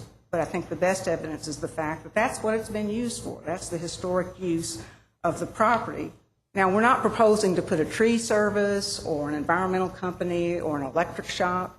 What we're talking about is a single building, 1-story building, 7,500 square feet. The CVS is 11,000, so that gives you a sense of that it's much smaller than that. And it's going to be limited to such uses as retail sales. A veterinarian is one of the potential tenants that we have talked to. They could go in this space. They would have to go to the Board of Adjustment, but they could do it in a B1 zone. Things like florists, the sorts of neighborhood businesses that every community needs, but can't always afford the rents to go to places even like Brighton Place or Todd Center or Hamburg. Businesses like barbershops, bakeries that people need every day, small business owners that want to have a little bit of retail space in this area, that business site can do that without encroaching on any other established neighborhood. Again, we don't see that we're going to impact Cadentown because we can't get there, and we back up to Cadentown. We have no relationship to that neighborhood. Quickly, I want to talk briefly about the traffic. The issue the Planning Commission had about traffic was access to Liberty Road. And as I explained, that the only opportunity for this property to have any access is by means of Liberty Road. We can't do it here. And we're entitled to it. When we sold the land to the state, or when the owner sold the land to the state didn't buy its access rights. It says in the deed that this property, the remaining property, shall have access to this road by permit, meaning you seek an encroachment permit. Now, we haven't formally submitted an encroachment permit, but Kevin's firm has been in discussions with the state, and at tab 15, we have an email from District 7 where they are favorably disposed to our access point. And that's what this shows, is where it is to be located. It's at the high point for good sight distance, both looking back towards the Todd's Road intersection, Man of War, and back towards Mickey Lane. I'm going to have Kevin talk about this. This is also in your book, and you can't really see it here. But one of the things that you have to comply with when you build a new access point on an arterial is spacing. How close can you be to a cross street? So the streets that you have to set back from, in our case, would be this intersection of Old Todd's and Liberty, and the intersection of Mickey Lane and Liberty. The orange stake that I showed you was at the optimal location for sight distance. And that is a dimension of 468 feet between this point and this point. It's actually much further, 496 up to Mickey Lane. But this is the critical. That's important in terms of stacking and getting cars left turn in here. If you've been out there, this is a 5-lane. There's a center lane that can be striped, and is striped for left turns in certain locations. It can do that, and Kevin will talk about that briefly. In order to determine if that 468 feet met the subdivision regulations, you have to go through a formula. I don't understand it, but it's in tab 19. There's a chart where the traffic engineer calculates the distance, the minimum distance based on what the land use is going to be. The point I want you to remember about that when you look at this chart is that, first of all, the assumption is that 50% of CVS's traffic will use the Liberty Road access point. That's important in terms of what's the impact of this going to be on the adjacent road system. That means cars that today are going and turning in Old Todd's and Liberty will no longer have to do that. They can enter and access from Liberty Road, keeping them out of this intersection. So when you look at this chart, the 50% pharmacy trips, that is CVS. The other thing that he assumes is that 75% of this building will use it, but only 25% will use the shared access onto Cadentown Road. So traffic from this building is going to have minimal traffic impact on Cadentown Road. The gist of this chart, the ones that are shaded and colored, we can't do those. They're prohibited by conditional zoning. The ones in white that are left, restaurant, shopping center, are well under the 468 feet. So our access point meets the spacing requirements. There's one other chart. I won't go through it. You can read that. That just demonstrates that the uses that we're proposing to restrict are the high traffic generators. The ones we're keeping are low generators, such as medical office building. That's 7 trips in the PM in, 19 out, as compared to a gas station, 7168. If you approve this as we've asked, that use will not be here. It can be on the B1 across the street, but it can't be on this property. The last thing I want quickly is for Kevin to come up and just discuss a little bit of the functioning of the traffic flow with this entrance, because again, that was a concern the Planning Commission had, and I think it's relevant to the zoning, because if this remains residential, this access will serve only this property. You would not tie in a single-family home with a CVS. You would not tie in a townhome development with the traffic going in and out of a CVS. So it's relevant to the zoning, because if you're asking the question, what's the appropriate land use, you have to think what's going to fit best in terms of not only compatibility, but access to the road system.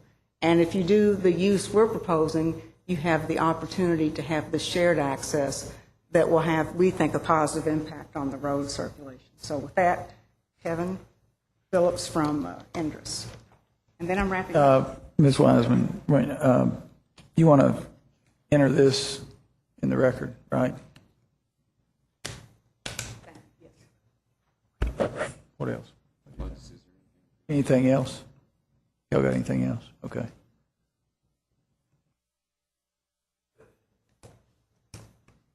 Could y'all give me a list of... I'm sorry. You got a Susan, list? as always, is keeping me on my toes. I have the affidavit that the sign was posted, that the notification sign was posted within 14 days. So that is now in the record. I'd like that admitted to Your Honor. All right, thank you. Mr. Phillips. Good evening. Kevin Phillips with Endress Engineering. Briefly, I guess we just wanted to demonstrate a couple of things. One, with this slide, maybe we can go back to the PowerPoint just for a second. The spacing shown and the access point, as Rena said, we would like to encourage, we're assuming that 50% of this traffic from CVS, which is now 50% of it essentially coming through this wide, uncontrolled intersection at Todd's Road and Liberty Road. And if anybody who lives out there has been out there at rush hour, it's something that's less than desirable. I'll say that. Even in the photo, if you look you can't see it here too well, but in the packet, you can see the traffic. It's a single file lane of traffic that backs up to about here somewhere. And that's caused by a current deficiency in this intersection. There's only a single lane. There are 2 lanes on Liberty Road traveling this direction, but at some point here, there's a sign that says right turn only. So the right-hand or slow lane in Liberty Road must make a right onto Todd's. I was confused by that myself and got trapped in there one afternoon. You have to make the loop all the way back around to Mickey Lane. You have to do that to get back into the queue. People who are savvy stay in the fast lane and queue up to approach this intersection. So this backs up quite a ways. There is an additional left turn lane at some point. There's a very short turn lane that allows you to turn left onto Todd's coming this direction. But you have to pass that point about here before you can swing over into that left-hand turn lane and get onto Manowar going that way. So this traffic is basically all 3 lanes. It's the left turn, the straight through, and the right turn lane traffic all queue up in a single file in this area, and it does get back into this area here. Can't say that we've seen it go past where we show our access point. It's somewhere between there and this point. But it's 30 cars or so. It's pretty significant. So for the current condition, we feel like we're helping this intersection, which is a bit awkward again because the queue stretches across that intersection often. So we want some of this traffic that would have normally exited here and gone to the intersection to turn left on Liberty or turn right as far as that goes, because they're entering a single line queue coming with the right turn out of Todd's Road. We want that traffic to be able to circulate through our private circulation system and enter the traffic here, which even currently, with this current condition, is behind or at the tail end of the queue. So we think it's favorable for them to either come here, make a left turn behind that queue that's established, or make a right turn and enter the queue properly. If they enter the traffic down here, if they're forced out onto Todd's Road and want to make a left, they are cutting through the queue, turning left onto Liberty, or they are turning right and asking for graciousness to get into the queue going toward Andover. So that for the current condition, we think we help that even. There is currently a plan to widen this road from 3 lanes currently to 6 lanes. And I think you all appropriated funds tonight to Kentucky Utilities to move their utilities in anticipation of this widening. I know Columbia Gas has already moved their lines in the area.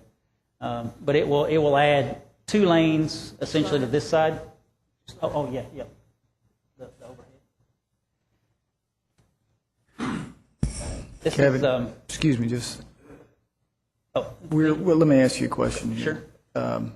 We're running up against an hour here on about how much longer you're going to need to help us with understanding this. 2 or 3 minutes. This is it. Thank you. This is the intersection of Liberty Road. This is Man of War out here to the left. This is inbound, I would say, Liberty Road. This is the intersection with Old Todd's Road. Our site is kind of just off the page here. This is the existing CVS at this location. So the proposal is to add 2 lanes, outbound Liberty Road, and 1 lane inbound. So that will give you a total of 2 inbound Liberty Roads, 2 left-hand turn lanes, a straight through to Andover, and a right turn lane onto Man of War. So whereas we have 1.5 lanes maybe now available on the outbound Liberty, we'll have a total of 4 lanes when the construction's done. So the point of that is the queue should get significantly less, and anticipated that the queues would not extend past this intersection. So it will help this intersection, and it won't hurt our development that's further down the road, but it will certainly help this one and make ours that much better, I'll say. Thank you. I will conclude, Your Honor, to the last thing I have is I think we just have. Would you take the overhead off, please? That's just I wanted to have. Again, that's the property as it sits today with the zoning in the area. I've got findings of fact that I would like to.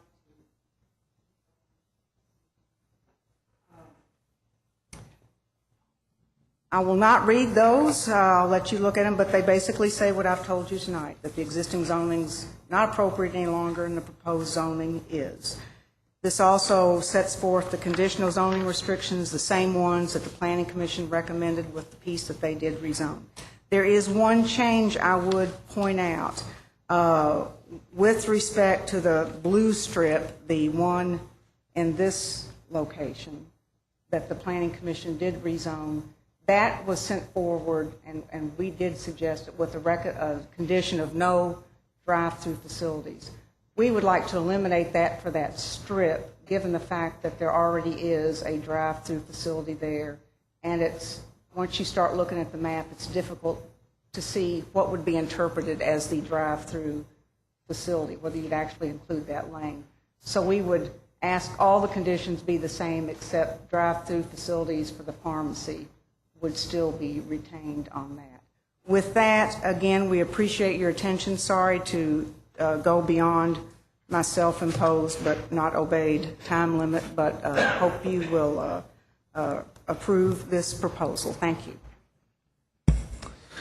Thank you. Okay, next on the routine here is the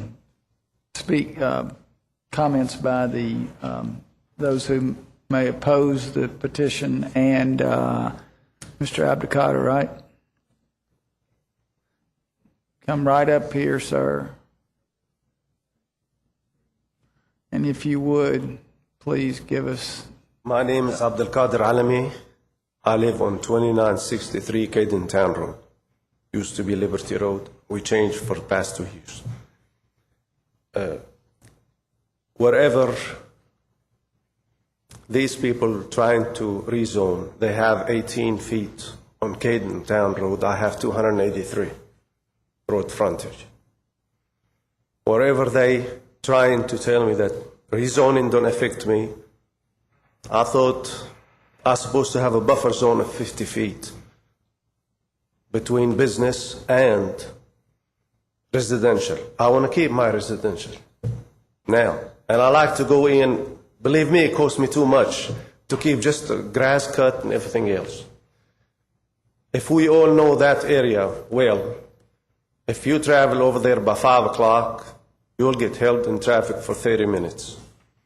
If you have another access to this property from Liberty Road, you will have an accident after the other.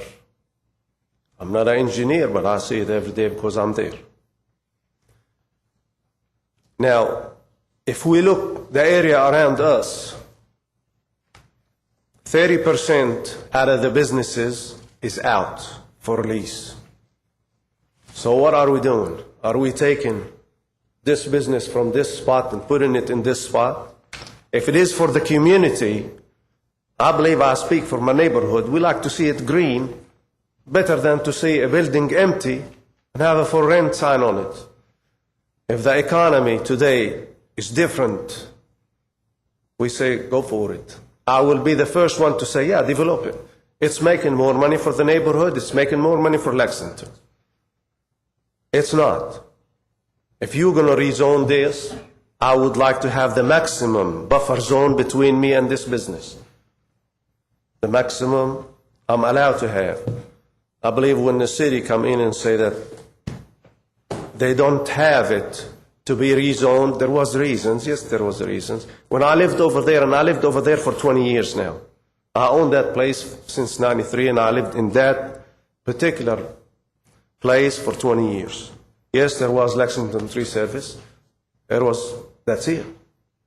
That's what it was. There was nothing, no other businesses. There was a house beside me. It was occupied for a while, and then it was empty. And it was farm on the other side. When you all approved for Kennedy Landing to come in and put them townhouses, they were supposed to put a sidewalk too. Never happened. Never happened. So we don't know what's happened this day and time. We might prove these people to do whatever they want to, and whatever they tell us today, the conditional zoning, is not going to happen. CVS today is over there, and they have a drive-through window. If CVS decided to close, another restaurant come in, what are we going to tell them? No, we're going to leave it empty. They have a permit for drive-through. They have the window over there. They have everything. You approved it. So, with all this said and done, I appreciate for you to look into this, and I appreciate also if you contact the code enforcement and get these people to clean the fence line. I like to see from where I am, Todd's Road and Liberty Road.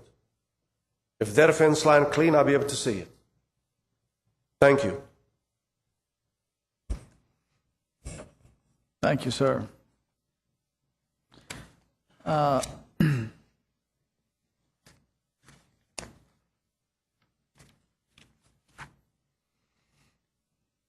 Mr. Sally, do you have any additional comments? When do we have a chance to ask you? We got a chance to ask you a question after we get through the. Thank you, Mr. Vice Mayor. I do have two rebuttal comments to make. The first is regarding the former non-conforming use that was cited. Whether for the electric company or for the tree service, those non-conforming uses have expired, and as such, in an R1D zone, they are no longer eligible to be reestablished. Those uses have sunsetted. Secondly, a landscape buffer is ordinarily required between a B1 zone and an R1D zone. So if you adopt the zoning as has been recommended by the Planning Commission, if the current buffer is not up to the requirements of Article 18, it would be our expectation through consideration of a development plan that that buffer would be established in the future. Thank you.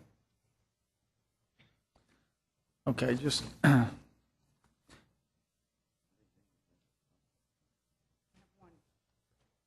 response to a rebuttal. Right, I just wonder, the buffer area, I think Mr. Alami said it was a 50-foot buffer. There's a 15-foot buffer between business and residential.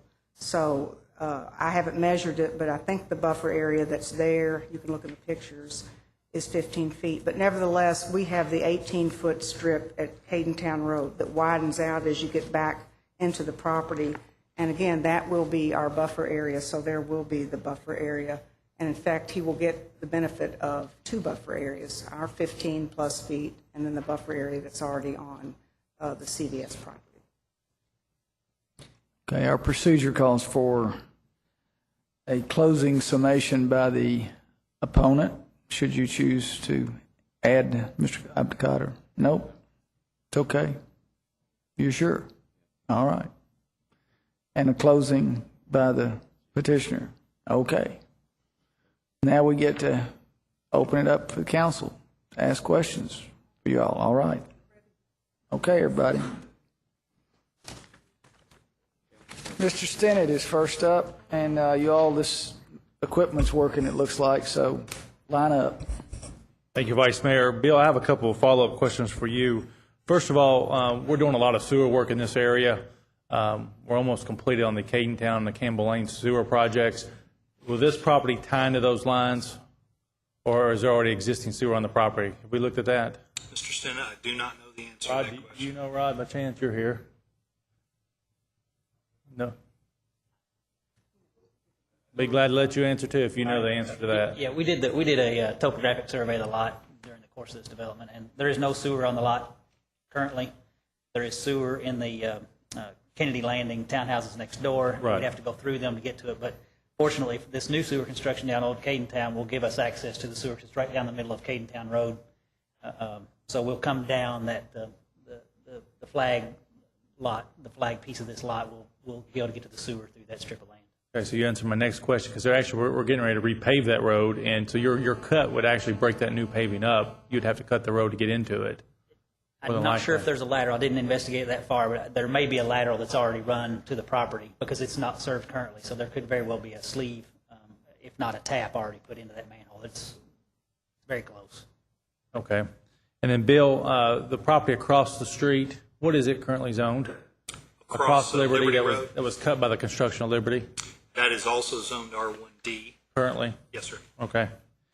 And then I've got a question for the petitioner. Traffic, did you all, when you studied the traffic, did you look at the U-turn and how it would be affected by this development on this property to the access to the property and the current U-turn that's in the middle of Liberty Road? Because there's a dedicated U-turn in the middle of Liberty Road in the lane that you all indicate that you can stack cars. So I'd like to know how you're going to operate the entrance to that property and the U-turn at the same time. I believe the U-turn is further down. Not much, but yes, it is, yes. It's further to the left, so it would not impact any left-hand turns into the site. Right, but if they stack up right there, how are people going to be able to access the U-turn, or if the U-turn is being utilized during peak hours, which it is often right now because of the situation out there? Can we put the slide up where we can see this or something? I I don't believe want to you can hold see. you up. I think you can see those arrows. All right. On the aerial Never mind. photo. Don't. Oh, no. Okay. Don't spend a lot of calories on this. Well, like I said, I believe it is past our entry point, so it wouldn't affect. Our queue would be going back toward Old Todd's. Our stacking queue, our left-hand turn stacking queue, would be stacking to the right on the picture, and your U-turn is further to the right or to the left. Right, it's on down, but you're still, you could have people wanting to access that, and I'm just trying to figure out. Stacking when for the people are U-turn? coming out of your property, yes, how are they going to come out of your property and merge into Liberty going back towards New Circle Road? Right. Is what I'm concerned about. Right. Did you all look at that? No. Okay. And also, do you have I see your letter in here from the State Department of Transportation. It's April. When was the last time you've actually spoken to them about this project and what's happening out there in terms of the widening of Man of War and Liberty? That was the last communication we had with them, their approval. Well, I'll just say for my colleagues' benefit, there's been a significant wrench put in this project out there that may or may not be solved by the let date of the widening of Man of War September 25th. if the property acquisition that was mentioned earlier today in the council, or Tuesday in the council rush does not take place, this project widening will not happen until 2011. So just keep that in mind, that if, the traffic is one of my big concerns out there. I know Councilmember Crosby has this area as well with me, and that is my big concern right now. I'm not saying this, your business zone may not be appropriate, may or may not, but the traffic is a problem now. I can't solve it today. I don't think you can either, but it is a major issue and impact out there, and any higher density of use on this property will just add to it right now. So those are end of my comments right now, Vice Mayor. Thank you. Thank you. Nobody signed up, is that it? Okay. Oh, Councilmember Henson. I have a question. I'm not sure who can answer it, but in the staff report, you mentioned the Cadentown Historic District. Bill, can you point that out on the map and where it is in relation to this property, I guess? Certainly. The subject property that's before you is here. We have Old Todd's Road, Liberty Road, Cadentown Road is here. Mickey Place is just off this drawing. The Cadentown Historic District is on the west side of Cadentown Road, meaning it's in this area. It's on the north side of Old Todd's Road. So in essence, this is the boundary of that historic district, and these properties are zoned R1D and also have the H1 overlay.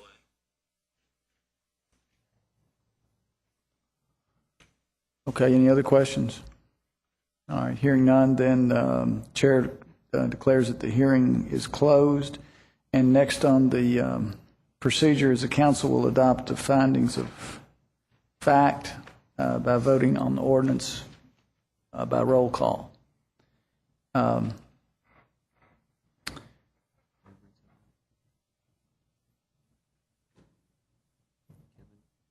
Mr. Tennant. Thank you, Vice Mayor. I'll go ahead and move that we adopt the findings of fact at the recommendation of the Planning Commission. So move. If I could make a suggestion, it was mentioned that they did not make findings of fact with respect to the disapproval portion. If you are going to follow the same decision that was made by the Planning Commission, I would refer you to the staff report. That's what I'm referring to on page 3. Yes, and on the number 1 finding, if you're going to follow the exact recommendations of the Planning Commission, you would want to delete that last sentence that refers to that 50-foot section of the road that they did go ahead and rezone to B1. If you intend to support that rezoning of that section, then you're going to want to delete that last sentence because it refers to that portion of the property.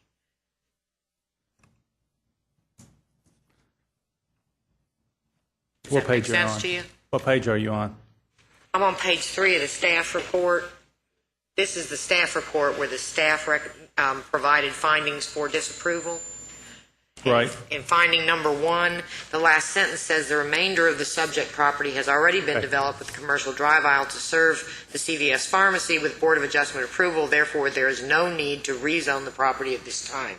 So if you are going to follow the exact recommendation of the Planning Commission, they did in fact rezone that drive aisle area, so you would want to delete that last sentence.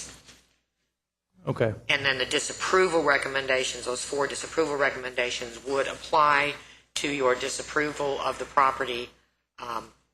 Is it 2081? I got my addresses mixed up. But the property that's totally zoned R1D is. Chair, if you could entertain a recess of 5 minutes, that way we can get this cleaned up and come back to council.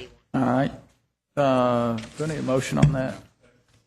Okay, motion second. All in favor of recess for 5 minutes, please indicate by saying aye. All opposed, no. Motion carries. We recessed until 9:50.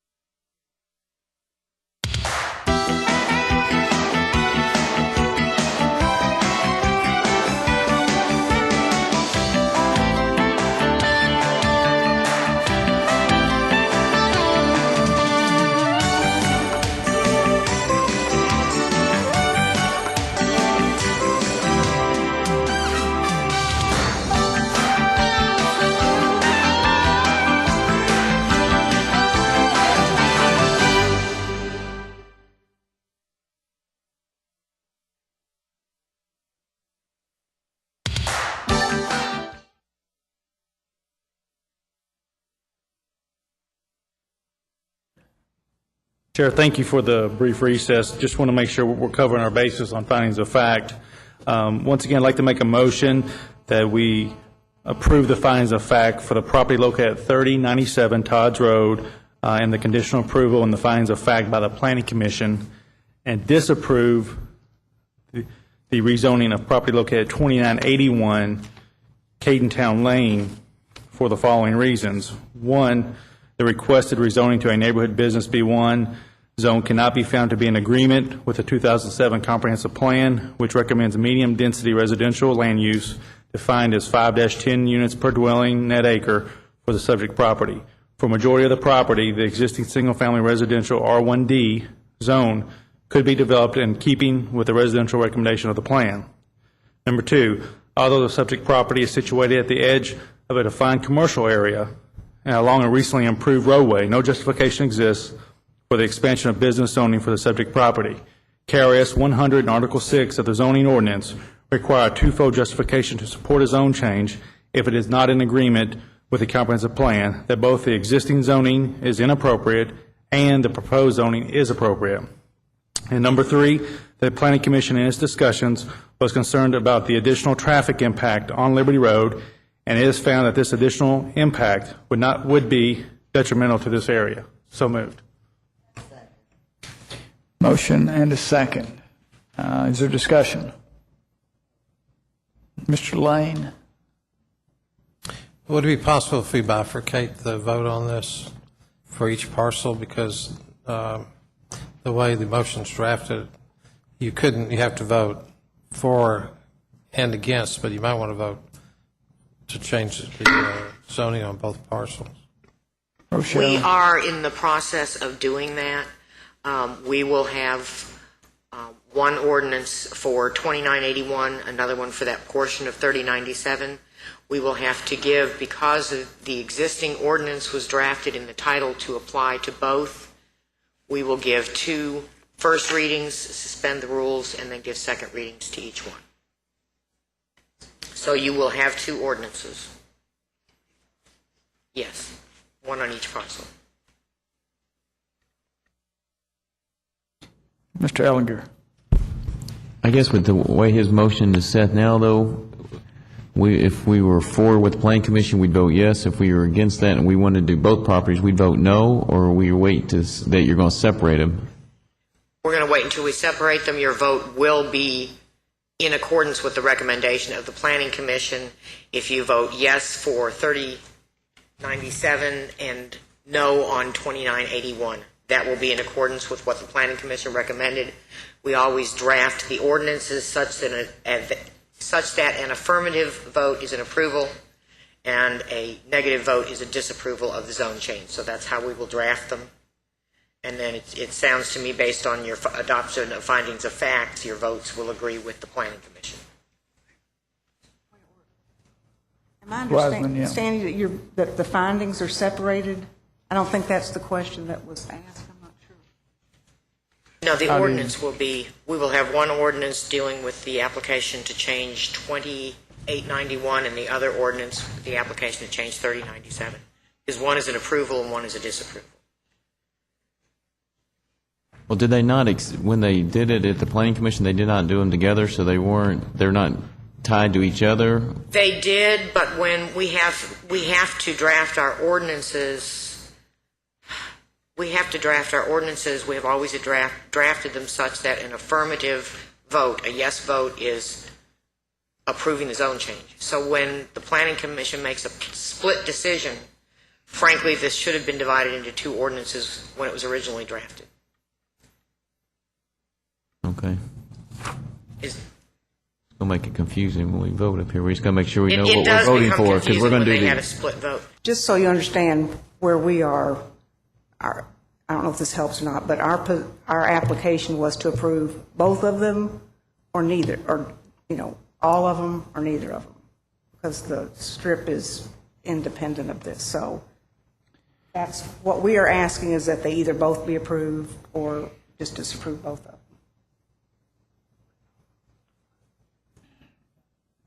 So if we wanted to approve both of them, we would agree with the Planning Commission on one and not agree with them on the other. That's correct, and in essence, it would just require 8 votes to override them, and in which case you would simply adopt in full the findings for disapproval that were prepared by the staff in their report. The impact, I mean, as you've heard from the evidence, the impact is by Board of Adjustment action, they are already using that section for the CVS pharmacy, but it has not been rezoned yet.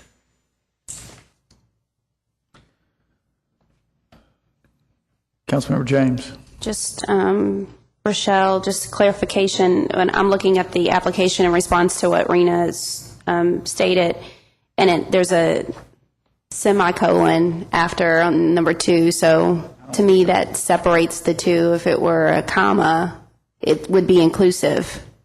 Do you read it that way? On the application, and number 2, and it has address of applicant's property, and it has the 2 separate properties listed with a semicolon versus with a comma. So I see those as 2 separate. Well, but it was one application. I mean, Okay. we frequently get one application for multiple addresses. So this is okay, the way that we're doing this? Okay. Yeah, I mean, if that's the way the applicant would prefer it be done, I don't have any legal issue with that. Okay. Thanks. Anybody else? Okay, so we've got a motion and a second on the floor. Tell us is it clear or not? I believe we were going to bifurcate, if I understand. I think that you will have to probably move for reconsideration of the previous motion to approve the findings of fact, because you're going to have to adopt different findings of fact if you're going to disapprove this in its entirety. So you would have to have a motion to withdraw the previous findings of fact as adopted. I think you're confusing everybody. The motion was to approve, based on the findings of facts of the Planning Commission, the rezoning of 3097, and disapprove the rezoning of 2981 based on the findings of fact that I read. And that's the simple motion, period. If someone else wants to amend it or change it, that would be an appropriate motion. Yeah. But right now, that was the motion made and seconded. So, and that is consistent with the recommendations of the... But that's not Commission. bifurcating it, is it? Because we're doing it all together there that way, aren't we? That's just on the findings, but we will have to have 2 ordinances because one is going to have to be approved to grant the zone change. The other you're going to have to vote no against in order to disapprove the zone change for the other property. So if we bifurcate them, which the applicant objected to, we'll have to do a little bit of work and change the ordinance titles. So if you vote, The vote it alternative, down, if- and then we'll, if we vote it down, and if you want to, then you will have to come back and come up with new motion, and then we'll bifurcate that then. The finding, if we follow what the applicant requested and simply deny it in its entirety, if the council chooses to make that decision, it's obviously the council's decision, then you would adopt the findings in the staff report for disapproval of the entire application, and then we would just simply read this ordinance, second reading as written. I think it's received second reading, hasn't it, before the hearing? You would simply vote on this and vote no. It would require 8 votes because it would be different from what the Planning Commission recommended.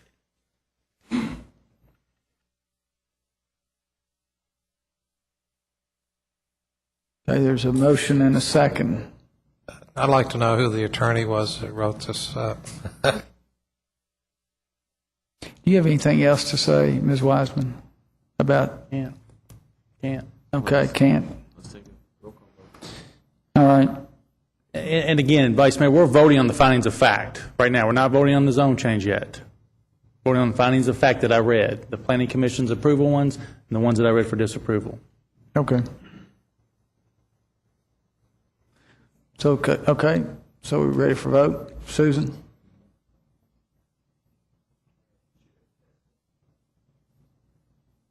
The motion and the findings of fact is what you're voting on now. Based on that, the outcome of that as to how the ordinance or ordinances have to be dealt with at that point. All right. It would be a roll call vote. Well, I'm gonna say, let me just, can we explain our votes? We can explain our votes now. Yes, we can. All right, we can't then. Okay, never mind now. I will later. Roll call.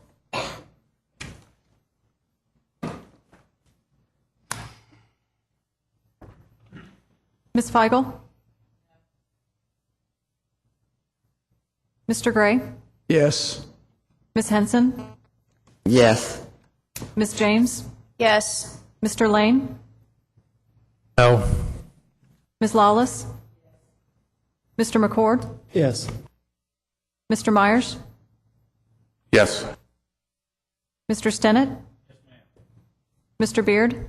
Yes. Ms. Crosby?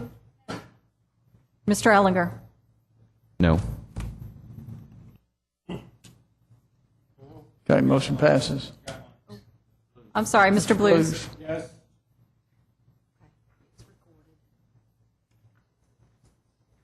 Okay, so the motion passes.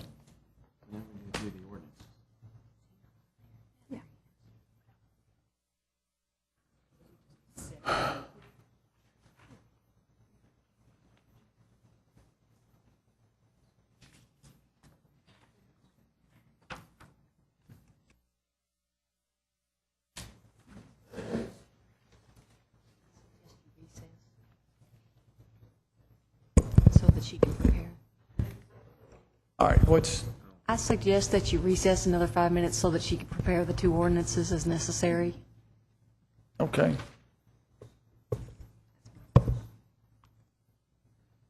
We'll recess for 5 minutes then. Thank you.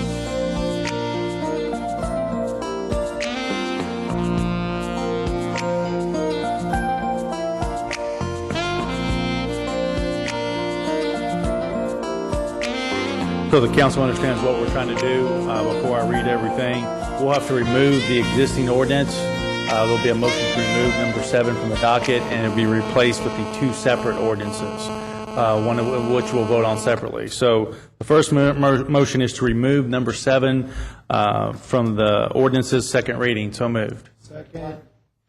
Motion and second. Is there discussion? Hearing none. All in favor, please indicate by, we get a roll call on this? No. All right, indicate by saying aye, please. Aye. All opposed, no. Motion carries. Okay. And then I make a motion to walk on 7A, an ordinance changing the zone from a single-family residential R1D zone to a neighborhood business B1 zone for .363 net gross acres. I'm sorry, net .5516 gross acres for property located at 3097 Old Todd's Road, subject to certain restrictions imposed as conditions of granting zone change. So moved. Motion and a second. Is there discussion? Councilmember James. Did you say net or gross? I'm sorry. I said both, actually. It's .363 net and .5516 gross acres. Okay, thanks. Is there any further discussion? It was to approve this zoning, right. This is actually just to walk it on. The motion is to walk it on. We're not voting on the actual motion yet. 3097 Old Todd's Road. This is the walk-on 7A, is the motion. All right. Is there no further discussion? Ready for a vote? All in favor, please say aye. Aye. All opposed, no. Motion carries. Thank you, Vice Mayor. And then make a motion to walk on 7B, an ordinance changing the zone from a single-family residential .9238 or 1.2757 gross acres for the property located at 2981 Caden Lane, and this is the disapproval of that zone change. So moved. There's a motion. Is there a second? Second. The motion is second. Is there discussion? Hearing none. All in favor, please say aye. Aye. All opposed, no. Motion carries. Thank you, Vice Mayor. Then I'll make a motion to, you can go ahead and read the first one? Okay. Number 7A, an ordinance changing the zone from a single-family residential R1D zone to a neighborhood business B1 zone for a 0.4363 net, 0.5516 gross acres for property located at 3097, a portion of Old Todd's Road, subject to certain use restrictions imposed as conditions of granting the zone change, Todd's Road Development, LLC. Number 7B, an ordinance changing the zone from a single-family residential R1D zone to a neighborhood business B1 zone for a .9238 net, 1.2757 gross acres for property located at 2981 Cadentown Road, Todd's Road Development, LLC. I'll make a motion to suspend the rules and give second reading for, There's a motion. Second. well, hold on, 7A and 7B.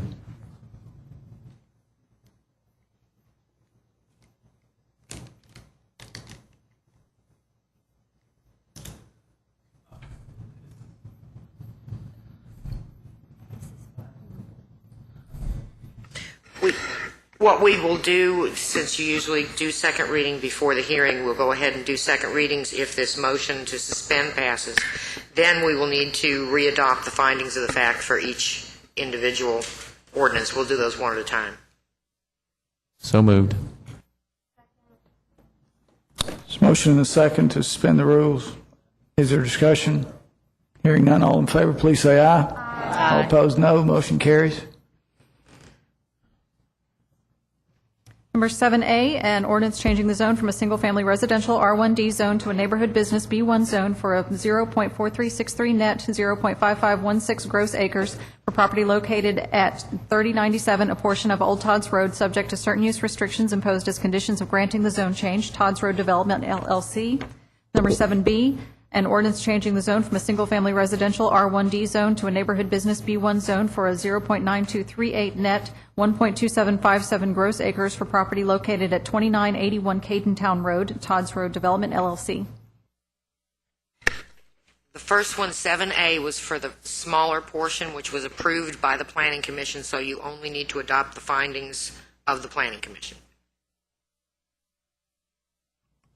Thank you, Vice Mayor. I make a motion, we adopt the findings of fact of the Planning Commission and approval of ordinance 7A. So moved.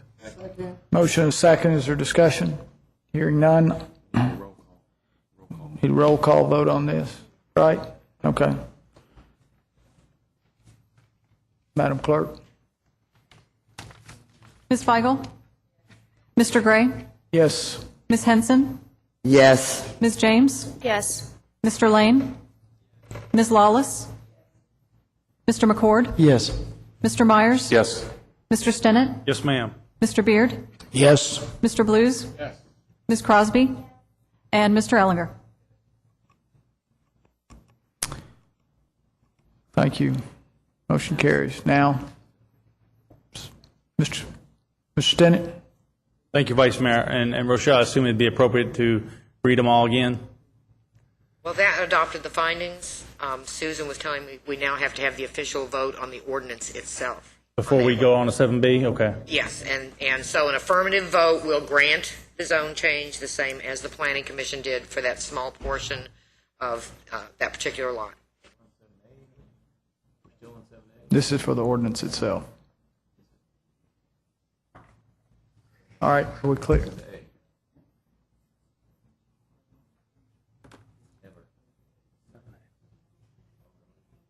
We need a motion for that. Move approval of ordinance 7A. Motion, is there a second? There's motion and a second. Is there discussion? Hearing none, all in favor? We got to do a roll call on this too. Madam Clerk? Ms. Feigl? Mr. Gray? Yes. Ms. Henson? Yes. Ms. James? Yes. Mr. Lane? Yes. Ms. Lawless? Mr. McCord? Yes. Mr. Myers? Yes. Mr. Stinnett? Mr. Beard? Yes. Mr. Blues? Ms. Crosby? And Mr. Ellinger? Motion carries. Mr. That would Stinnett? be the motion for the findings of fact for disapproval, and you probably should read them again just to make sure we do it right. Okay, I make a motion to disapprove the zone change at 20, I apologize, different pieces of paper floating here, at 2981 Cadentown Lane for the following findings of fact. Number one, the requested rezoning to a neighborhood business B1 zone cannot be found in agreement with the 2007 comprehensive plan, which recommends medium-density residential MD land use defined as 5-10 dwellings per unit acre for the subject property. For a majority of the subject property, the existing single-family residential R1D zone could be developed in keeping with the residential recommendation of the plan.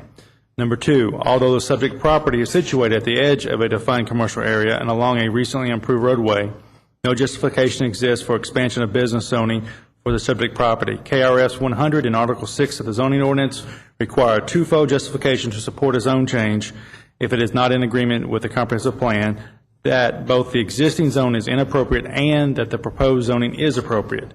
And number three, the Planning Commission is in its discussions was concerned about the additional traffic impact on Liberty Road, and it has found that this additional traffic impact would be detrimental to this area. So moved. Motion is in second. Discussion on the motion. Hearing none, all in favor, please say aye. Aye. Do we got to do a roll call? Yep. I just remembered that after I said that. Sorry, folks. Ms. Feigl? Mr. Gray? Yes. Ms. Henson? Yes. Ms. James? Mr. Lane? No. Ms. Lawless? Mr. McCord? Yes. Mr. Myers? Yes. Mr. Stinnett? Mr. Beard? Yes. Mr. Blues? Yes. Ms. Crosby? And Mr. Ellinger? Motion carries. Mr. Stinnett. Motion to approve 7B. So moved. And bear in mind that a yes vote would approve the zone change, a no vote will disapprove the zone change, a no vote will be in conformity with the Planning Commission. Right. A no vote is in conformance with the Planning Commission. We're almost there. Yes, in denying the zone change for this piece of property. Does everybody understand that? Okay. No. No. Get it. You're good. All right, we have a motion and a second. Right. All right, we have a motion and a second. All right, and roll call vote on this. I didn't ask for, okay. We need clarification on, Rochelle, go through that again. Because we always draft our zone change ordinances in the affirmative, since your vote would be based on your findings of fact, disapproval of the zone change, which is in agreement with what the Planning Commission recommended. Your vote will be no. That is what would result in a disapproval of the zone change. If you would want to approve this zone change, then your vote would be yes. Okay. Reason, and if you hadn't been through a bunch of these, we understand completely, because after 3 years, it's still confusing. So I want y'all to make sure anybody who's new to the... Okay, all right. I just want, because I was real timid at first on these things. All right. So now if there's no further discussion, Madam Clerk, we can call the roll. Ms. Feigl? Mr. Gray? No. Ms. Henson? No. Ms. James? Mr. Lane? Ms. Lawless? Mr. McCord? No. Mr. Myers? No. Mr. Stennett? Mr. Beard? No. Mr. Blues? Ms. Crosby? Mr. Ellinger?